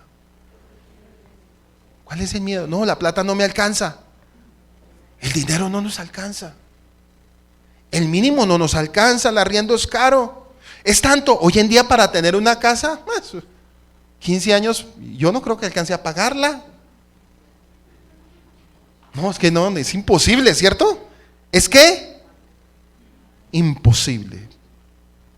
Pero viene Yahweh y da una promesa en Berechí 28:13, que Él nos iba a guardar, nos iba a sostener, que íbamos a ser peregrinos en este mundo. No quiere decir que usted no luche por sus cosas, porque usted puede comprar la casa, usted puede tener lo que quiera, pero yo nunca he visto un muerto con trasteo. Yo no lo he visto hasta el día de hoy. Es por norma y por bendición de Yahweh otorgarnos las bendiciones mientras que estemos como peregrinos. Por eso Gosén representa el milagro en medio de Egipto. Por si usted no lo entendía, Yahweh nos tiene apartados dentro del mismo mundo. Vivimos dentro de este mundo, pero no hacemos lo que hace este mundo. Vivimos dentro de este mundo, pero yo no actúo como la gente del mundo. Vivimos dentro de este mundo, pero yo no me asimilo con las cosas del mundo. Vivimos dentro de este mundo, pero a mí no me mueve nada lo que es este mundo. Vivimos dentro de este mundo donde toda la quejadera, los problemas, las deudas, los dineros, pero eso no me mueve porque mi pensamiento, mi vida, lo que soy, mi identidad es diferente a los del mundo. ¿Cierto? Entonces pregúntele al que está al lado suyo, ¿cuál es el miedo? Sí, la gente tiene miedo. Mire, hoy en día la gente vive llena de miedo, hermano. La gente vive llena de miedo. Que no se me acabe la plata, que no sé qué. Bueno, tantas cosas que si usted pasara a exponer aquí sus miedos, nos amanecemos. Nos amanecemos, hermano. Porque empezamos a hablar como Jacob. No, duro, 40 años de duro, pero no le dio lugar a Yahweh. Por eso se le restaron 33 años y vivió 147 por su lengua. La shonara, la lengua malvada, trae y cierra las bendiciones del Padre. Eso dice el capítulo 47 en contexto espiritual. Seguimos. Y dijeron, no nos ha salvado la vida Hallemos gracia ante los ojos de Faraón, mi señor, y seremos siervos de Faraón. José salvó la vida de los egipcios. De la misma manera, Yeshua ha preparado una salvación para todas las personas de la tierra durante todas las épocas de la historia. Por eso dice que habrán remanentes. Habrán remanentes de Edom, habrán remanentes de Ismael. Si miramos de las 3 líneas de Noé, Sem, Can y Jafé, de esas líneas van a haber hartos salvos. Si usted mira hoy en día, de muchas religiones la gente está saliendo. Yo tengo mucho contacto con muchos pastores a nivel del mundo y siempre les hago la misma pregunta y es tremendo. Les digo, ¿cómo ustedes llegaron a la restauración? Pastor, ¿usted cuántos años duró pastoreando en su iglesia? 25 años, 28 años, 29 años. ¿Y qué pasó? Un día llegó Yeshua, se me reveló y me mostró la Torá. Y yo le pregunto, bueno, ¿y qué pasó antes? Dijo, antes estaba atado por un sistema que yo no había entendido. Porque Satanás tiene el poder para atar el pensamiento, hermano. Entonces, dése cuenta, si pastores de 23, 24, 25 años de pastoreo en sus asambleas, porque ellos eran de asambleas de Dios, y Yahweh los está, ¿qué? Está trayendo un despertar de Egipto. Yeshua está moviéndose y está trayendo y está poniendo sed y hambre de su palabra. ¿Sí ve? Por si usted de pronto tiene miedo, porque es que hay gente que tiene miedo. ¿Sabe cuál es el miedo?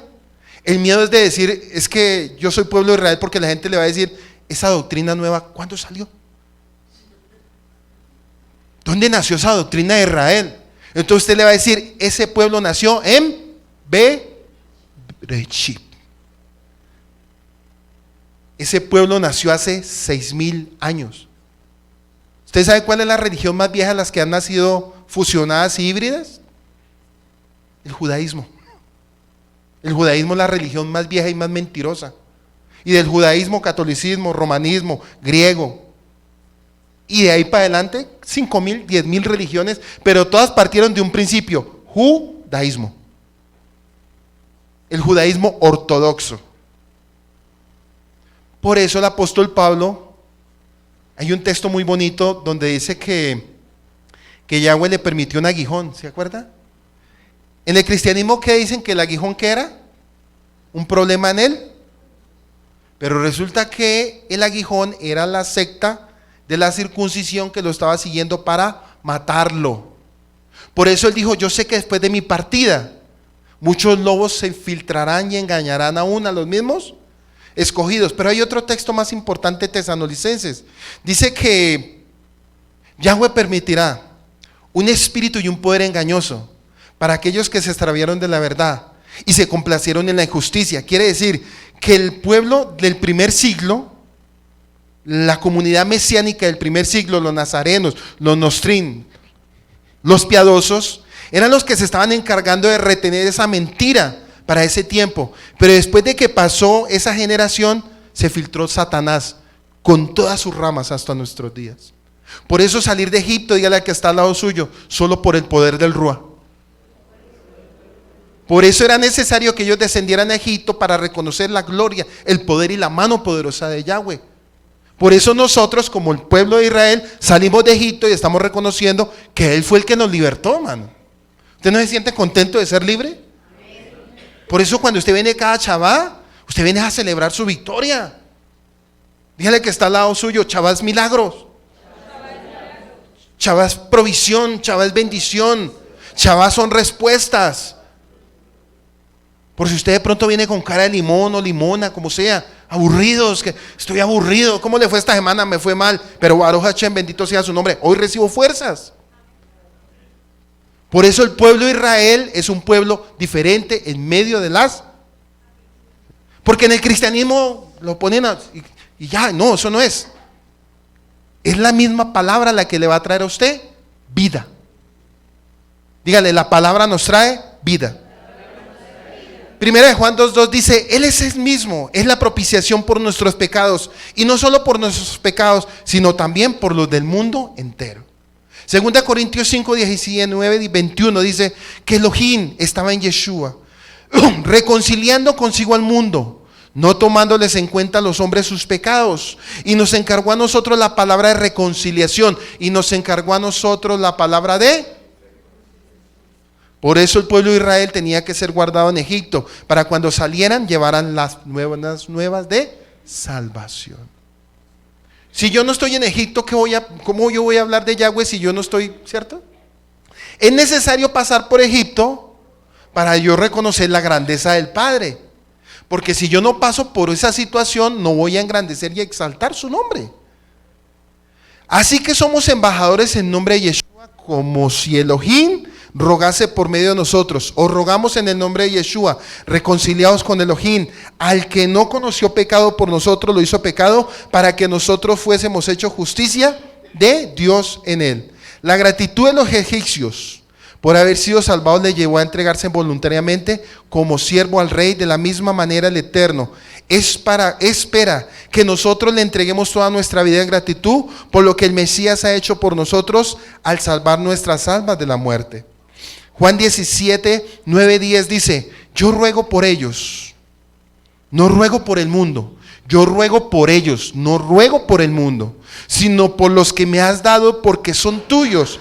Y todos los que son míos es tuyo, y todo lo tuyo mío, y he sido glorificado en ellos. Entonces miramos los israelitas en Egipto. Mientras tanto, ¿qué pasó con los hijos de Israel en Egipto? Génesis 47, 27 dice: e Israel habitó en tierra de Egipto, en Goshen.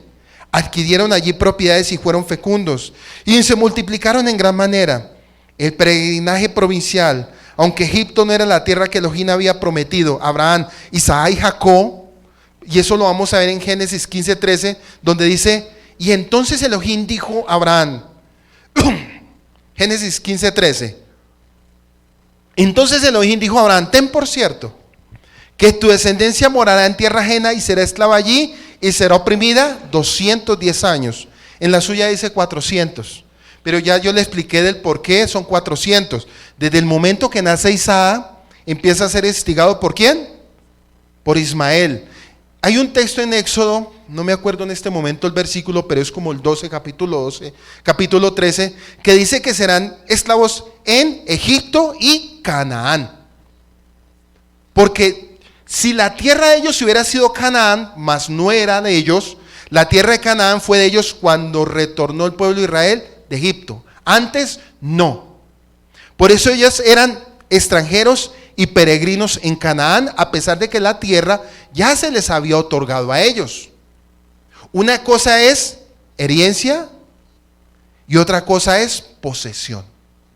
Había una herencia, pero esa herencia era futura. Y le dice él a Abraham: ten por cierto que será esclava allí y será oprimida 210 años. Génesis 46, 3 dijo: yo soy el Elohim de tu padre, no temas descender a Egipto. Miren, le dice a Jacob: no temas descender a Egipto. Le habla a Israel, a Jacob: porque allí haré de ti una gran nación. Sin embargo, esta etapa de la vida de Israel era parte del plan del mismo Elohim para formar a los hebreos en una nación, y le dio el tiempo y las condiciones necesarias para que adquirieran su identidad racial, cultural, política, como pueblo. De la misma manera Elohim está actuando hoy a favor de su pueblo, y nosotros tenemos el privilegio de unirnos a él en el cumplimiento de su propósito para todas las naciones. Mientras que los egipcios se endeudaban, los israelitas prosperaban. Por eso diga la que está al lado suyo: mientras que el mundo va de capa caída, nosotros ¿cómo vamos? Pero, ¿verdad? Díganle a que está al lado suyo: ¿verdad? Mientras que el sistema egipto iba de capa caída, los israelitas iban ¿qué? Prosperando. Por eso cuando Yeshua retorne por segunda vez, ¿cómo nos va a encontrar a nosotros? Enriquecidos en toda bendición espiritual. Dijo el apóstol Pablo: Rashaul, amado, yo deseo que en todo seas prosperado, como prosperas en todas las cosas. Mateo 6:33, Matillahu dice: mas primeramente busquen el reino de Elohim y su sedaká, su justicia, y todo vendrá por añadidura. Por si usted de pronto llegó y preocupado, yo pienso que estas palabras lo están despreocupando un poco, para que se despreocupe. Sin embargo, esta etapa de la vida de Israel era parte del plan de Elohim para formar a los hebreos en una nación y les dio el tiempo y las condiciones necesarias, ¿sí ve? Mientras que los egipcios se endeudaban, los israelitas prosperaban. Seguramente los egipcios resistieron esto y puede ser que por ello después terminaron esclavizando a los israelitas luego de morir Yosef. Éxodo 1, verso 6 y verso 14. Vamos a leerlo.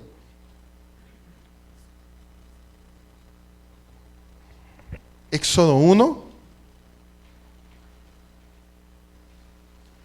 Está al final de Bereshit 50. Para que de pronto usted no sabía. Éxodo 1, versos 6 y 14. ¿Qué dice el 6? Y murió Yosef y todos sus hermanos y toda aquella generación.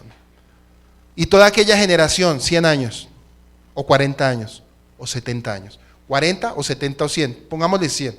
Murió toda esa generación de 100 años. Versículo 14.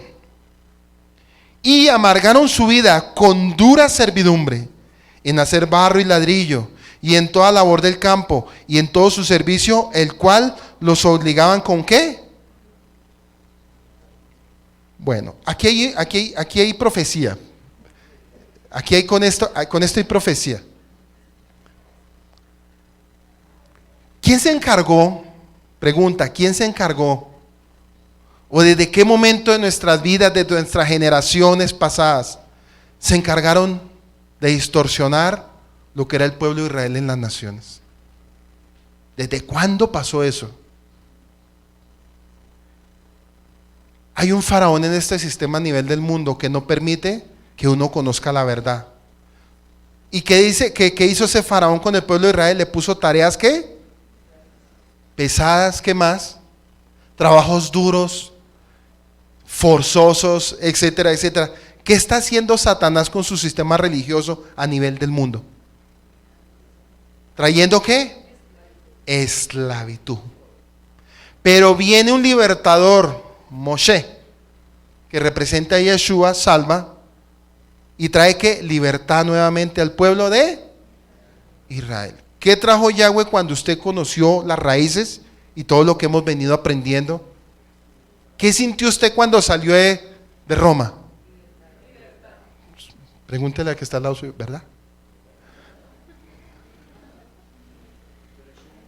O sea, fuimos libres, hermano. O sea, por eso cada Shabbat es una bendición.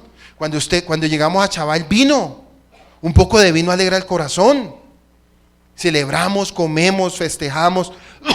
Hay comida, hay provisión. Qué bendición cuando usted se reúne en familia a orar, a partir el pan, a tomar el vino y está diciéndole al Padre Baruch Hashem, bendito sea su nombre porque nos libertó. Pero vaya usted y dígale a los egipcios eso y ellos ¿qué van a decir? Toca trabajar. Exacto. ¿Sí ve Satanás cómo distorsiona todo? Satanás cambió el sábado por el domingo. Lo cambió. Y hasta el día de hoy, casi 6,000 años, lo tiene cambiado. Solo por el poder del Rúa usted entenderá las cosas. Y solo por el poder del Rúa se sale de Roma, Egipto y Grecia. Solo por el poder del Rúa. Entonces miramos que esto absolutamente fue verdad. Casi 210 años en esto se convirtió en una nación de unos 2 millones de personas o más. Los años de Jacob, la Biblia dice que Jacob vivió otros 17 años. Luego de llegar a Egipto podría decirse que Elohim le devolvió a Jacob los años perdidos de Yosef. Génesis 47, 28. Y Jacob vivió en la tierra de Egipto 17 años, así que los días de Jacob, los años de su vida fueron 147 años. Jacob ya no volvió a regresar a la tierra prometida. Sin embargo, él quiso asegurarse de ser enterrado junto a los patriarcas. Para ello le hizo jurar a Yosef que llevaría sus restos a Hebrón, a la cueva de Macpelá. ¿Se acuerda? Ellos compraron una cueva, la cueva de Macpelá. Génesis 47, 29, 31 dice: cuando Israel se le acercó el tiempo de morir, llamó a su hijo José y le dijo: si he hallado gracia ante tus ojos, por favor pon ahora tu mano debajo de mi muslo. La palabra es debajo de mi circuncisión.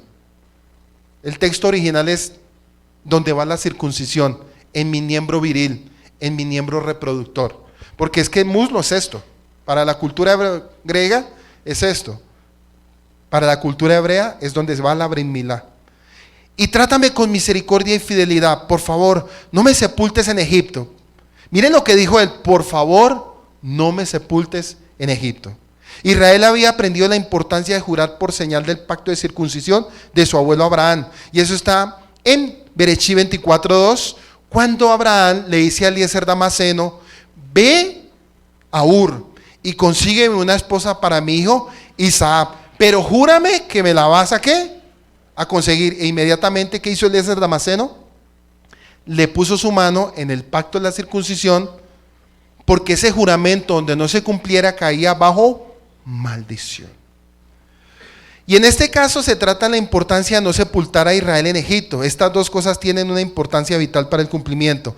El plan de salvación del Eterno, porque era tan importante que Israel no fuera enterrado en Egipto, sino que en la tierra de la promesa. Hay varias razones. Vamos a parar aquí.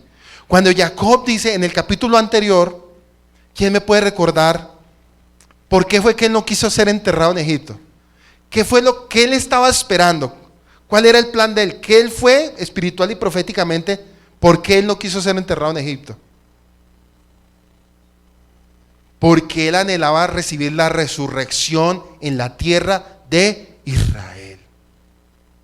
Por eso él dijo: no me entierren en Egipto. Viene para nosotros, aquí hay profecía. ¿Quién quiere morir bajo el sistema egipcio? ¿Quién quiere morir bajo la ley de la Torá como pueblo de Israel? Porque nuestro final, ¿cuál va a ser? Jerusalén, la nueva Jerusalén. Entonces, cuando yo soy pueblo de Israel, por eso dice Yeshua: no te pido que los quites. Juan 17 dice: no te pido que los quites, sino que los guardes. Porque Padre, y tú y yo somos uno, como yo anhelo que ellos en nosotros sean uno. ¿Sí ven? Somos de este mundo, vivimos en este mundo, pero no nos asimilamos con este mundo. Y el morir en un sistema egipcio quiere decir que usted murió en pecado. El que muere sin el Padre muere en un sistema egipcio. Y el sistema egipcio significa un sistema pagano. Entonces, ¿ya está entendiendo qué dice Berechí 47?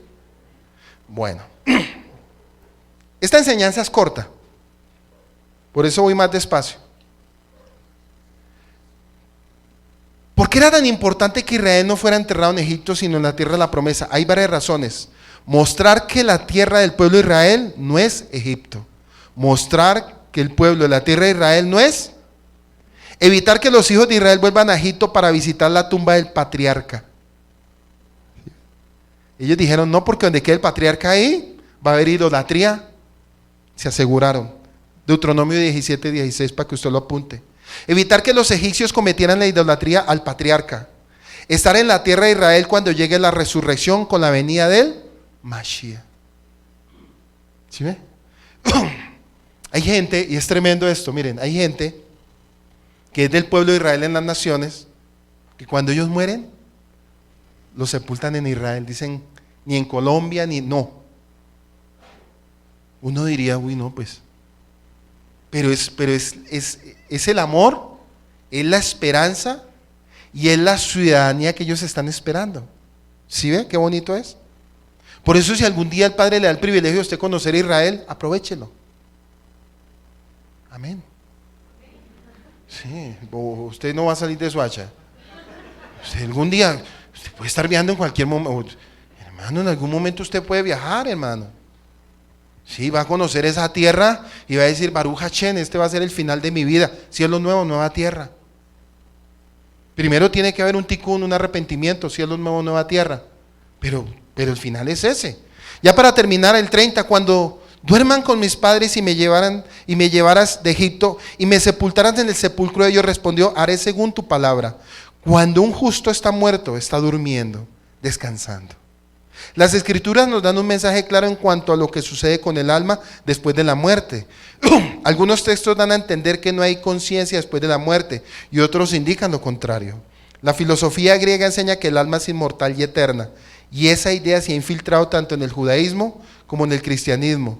Por eso es lo que enseñan las escrituras. Pero Ezequiel 18:4 está escrito: he aquí, Todas las almas son mías, tanto el alma del Padre como el alma del Hijo, mías son, y el alma que peque, esa morirá. En el Salmo 22, 29 está escrito: todos los grandes de la tierra comerán y adorarán y se postrarán ante todos los que descienden al polvo, aun aquel que no puede conservar viva su alma. Mateo 10, 28, no temáis a los que matan el cuerpo, más bien teme por los que matan el alma, más bien teme a aquel que puede hacer perecer tanto el alma como el cuerpo en el Sheol. Hebreos 10:39, escrito está: pero nosotros no somos de los que retroceden para perdición, sino los que tienen la fe para la preservación del alma. 47:31 de Bereshí, y dijo: júramelo, y se lo juró. Entonces Israel se inclinó en la cabecera de la cama. Aquí viene otra revelación. La pregunta es, o bueno, aquí en la Valera dice cama, ¿cierto? Pero vamos a mirar que no fue la cama. En ningún momento es la cama. Jacob pidió que se hiciera un juramento para hacer más fácil para Yosef pedir al faraón que se hiciera este entierro en la tierra de Canaán. Así el faraón veía que la iniciativa no salió de Yosef, sino de Jacob mismo, lo cual haría un mayor impacto, especialmente al ser hecho por medio de un juramento. Israel entendió que Yosef era el único que tenía el poder, pues era el virrey de Egipto, de hacer trasladar sus restos a Canaán. Por eso le pidió que jurase sobre ese asunto. En Hebreos 11:21 está escrito: por la fe Jacob al morir bendijo a cada uno de los hijos de Yosef y adoró sobre el extremo de su bastón. Y adoró por el extremo de su bastón, no de su cama. Y la palabra, ¿sabe qué representa el bastón? Autoridad. La vara de Aarón, ¿se acuerda? Autoridad. El bastón era la misma vara de Jacob como autoridad para bendecir a las naciones. Y hoy en día, ¿quién es la vara de la autoridad que rige las naciones? Dice en un texto: y vendrá la vara de Silo, y él regirá con vara y autoridad todas las. Entonces, ¿qué estaba declarando Yosef? ¿Qué estaba declarando Jacob sobre Yosef?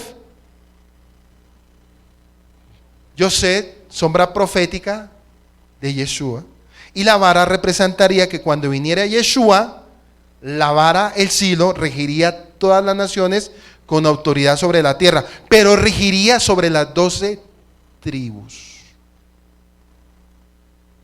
¿Sobre las 12 qué? Tribus, que están esparcidas en todas las naciones. Según aparece en la carta a los hebreos, Jacob primero bendijo a los hijos de Yosef y luego se inclinó en reverencia sobre el extremo del bastón. Sin embargo, la Torá no menciona nada de que Jacob haya adorado después de bendecir a los hijos de Yosef. Génesis 48. Tampoco dice que la Torá se haya inclinado sobre el extremo del bastón, sino que de la cabecera a la cama. Como vamos a entender esta aparente contradicción, podemos ver dos opciones de interpretación. La palabra hebrea que se escribe con la letra men, tep y hei tiene dos opciones: cama y vara. Originalmente no había vocales en el texto hebreo. La Torá fue entregada desde Sinaí sin vocales. Las vocales fueron añadidas por los escribas alrededor del siglo IX de la era común. No obstante, había una tradición de pronunciación muy precisa y clara, de manera que se había como pronunciar las vocales de que cada palabra sin que estuvieran escritas.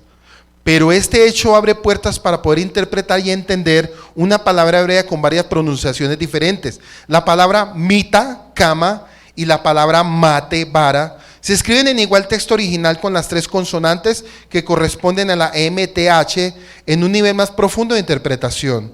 Se emplea la posibilidad de varios significados de una sola palabra pronunciada con diferentes vocales para ampliar el sentido del texto. Así que la traducción cama como vara son válidas en el nivel drash.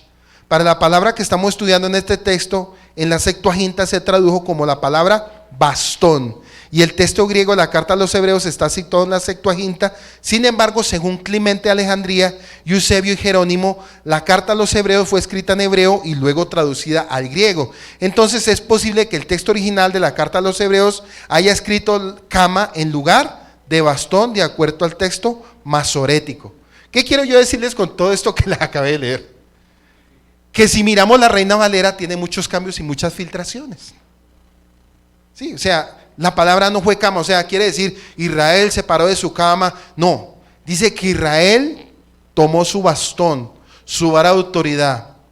Y si lo vemos en los capítulos 49 al 50, dice que Jacob se paró sobre su vara de autoridad, hizo que los dos jóvenes, José los trajera a Manasés y a Efraín, y ahí fue cuando él desató la bendición de Efraín, que decía que Efraín iba a ser fructífero y fecundo en todas las naciones de la tierra, etcétera, etcétera. Entonces miramos que la palabra aquí no es cama, sino es. Entonces, si miramos ese pequeño error, ¿cómo estará la Reina Valera? Se puede también pensar que se habla de dos eventos diferentes, cuando Jacob se inclinó, etcétera, y otro después de haber bendecido a los hijos de Yosef. Bueno, y así terminamos. Capítulo ¿qué? 47 del 1 al 31. Entonces, ¿qué nos enseñaron estas reglas hoy? ¿Qué podemos entender con esta enseñanza del día de hoy? ¿Qué entendió usted?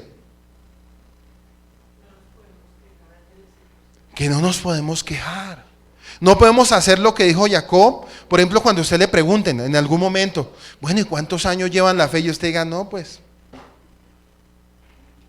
llevo 20 años ahí, sentado en una silla. No, Baruch Hashem, bendito sea su nombre. El Padre, yo he estado caminando con él 20 años y qué bendición, estoy contento, gozoso. Y esa misma bendición yo se la puedo transmitir a usted.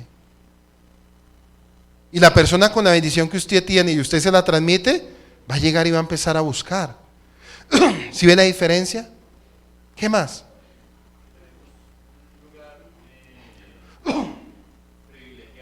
Tenemos un lugar privilegiado. Gosén significa milagro, significa número 358, representa el Mashiach, el milagro viviente. Quiere decir que nosotros en medio de este sistema de Egipto, Dios va a guardar a su pueblo. ¿Qué más? Protección, tierra. ¿Qué más? Eso estaba en Génesis 28, 13 al 15. Nosotros no dependemos de los sistemas del mundo. Tenemos una promesa de retornar. No vamos a ir al cielo a bailar de nube en nube. Vamos a la nueva Israel. ¿Qué más? Es necesario para estar en la postrera, estar en la bendición de Yahweh. En ningún momento Él dijo que Él guardaría y preservaría a su pueblo hasta los últimos días de la tierra. Hay que enaltecer el nombre. Por eso Faraón le preguntó, bueno, ¿y cuántos son tus años de peregrinación? Se le fueron las luces a Jacob, pero Él es bendición. Hay que salir de Egipto para conocer la grandeza de Yahweh. No quedarnos en Egipto en el pecado, sino salir de Egipto, aunque vivimos en Egipto, pero no estamos asimilados a nada de Egipto.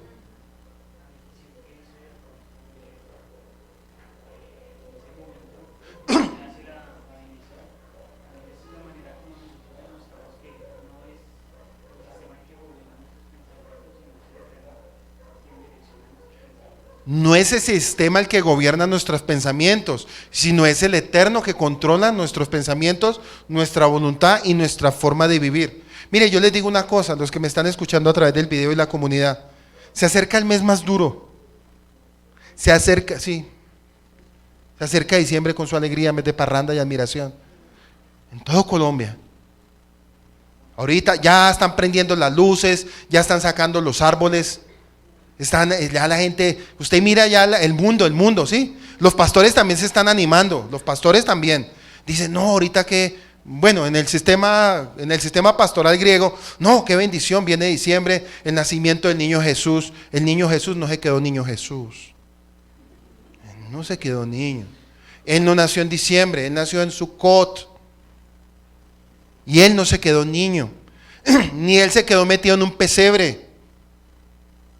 Ni se va a caer en el error, vuelvo y le repito, hasta el último día voy a molestar siempre, como he molestado del cristianismo. Yo siempre les decía, en diciembre ¿qué hacemos? Nos vamos a cuartelar espiritualmente para no participar de las obras infructuosas de él. Total que si usted tenía un plan navideño, cancélelo. Dígale que está al lado suyo, se cancela todo plan navideño. Sí, porque no es que resulte, no, es que no faltará, mire, no falta, también caerás. No faltará el de aquí, no, pastor, es que me invitaron y mi mamá, mi abuela que hace 30 años no la veía y preciso, me invitó el 24 en una natilla navideña. Hermano, usted no pertenece al mundo. Ni usted comparte ni así asimila las cosas del mundo. ¿Dónde están los amenes? Ah, sí, eso porque yo no estoy solo. Aquí hay gente. Miran, está predicando solo para la cámara, no. El punto es ese, no vayan a caer en ese error. ¿Sabe por qué? Mire, yo les digo, muchas de las deserciones, cuando estábamos en el cristianismo, era cuando se llegaba a diciembre. No compartir esto. Ya los pastores nos están amargando. Yo me voy de la iglesia. No los volvió a ver. O se perdían en diciembre y volvían a hacer ticún en enero. Sí, venían en enero así con la cara. ¿Qué les pasó? No, si supiera qué nos pasó. ¿Verdad que no hicimos caso y nos fue tan mal? No es eso. Es aprender a obedecer. Nosotros no compartimos las cosas del mundo. Somos pueblo de Israel. Guardamos Torah y todo lo que Yahweh dejó escrito en el monte de Sinaí. Bueno, nos despedimos y nos veremos para la próxima enseñanza, capítulo. Uy, emocionante, ¿cierto? Que cada chaval es hermoso ir avanzando y aprendiendo. Eso es lo bonito, que no solamente se lee, sino aprendemos, empezamos a aplicar cómo tenemos que vivir, qué tenemos que hacer. ¿Cómo conocer la historia de nuestro pueblo Israel hasta nuestros días? Es emocionante cuando usted conoce la historia del pueblo de Israel. Lo emocionante, cuántas historias, cuántos sucesos, cuántas guerras, cuántas cosas, y el Padre los tiene de pie. Esta semana los atacaron. Hubieron 2 bombardeos fuertes, pero Yahweh guarda a su pueblo. Hubo duro, esta semana hubieron 2 ataques muy fuertes sobre Israel, el grupo Hamas, la Yihad Islam. Pero démonos cuenta que Yahweh tiene una promesa sobre ellos. Independientemente de lo que hay habitando en Israel, esa tierra se tiene que sostener hasta que venga Yeshua por segunda vez. Bueno, damos toda rabá al Padre que nos ha permitido nuevamente hoy estar con ustedes en su casa, en su hogar, con esta enseñanza del capítulo 47 de Bereshit. Pero damos más bendición de que Él nos permita que esta semana sea una semana de muchas respuestas para tu vida, para tu familia, para tu casa. Comparte este video, dale link, compártelo con un familiar, con un amigo, con alguien que no conozca de la restauración, compártelo, hermano. Lo conectas con la fanpage del Rode Pablo Escalante, o la comunidad Llamas de Fuego para las Naciones, o nuestra emisora Restaurando las Sendas Antiguas.com. En la fanpage también está Restaurando las Sendas Antiguas, para que usted por algún lado entre y se conecte con nosotros. Ahí están las enseñanzas. Ahí tenemos enseñanzas cada sábado en la mañana de 7:30 a 10 de la mañana, y en la tarde de 6 a 7:30 de la tarde. Entonces nos veremos el próximo Shabbat. Bendiciones.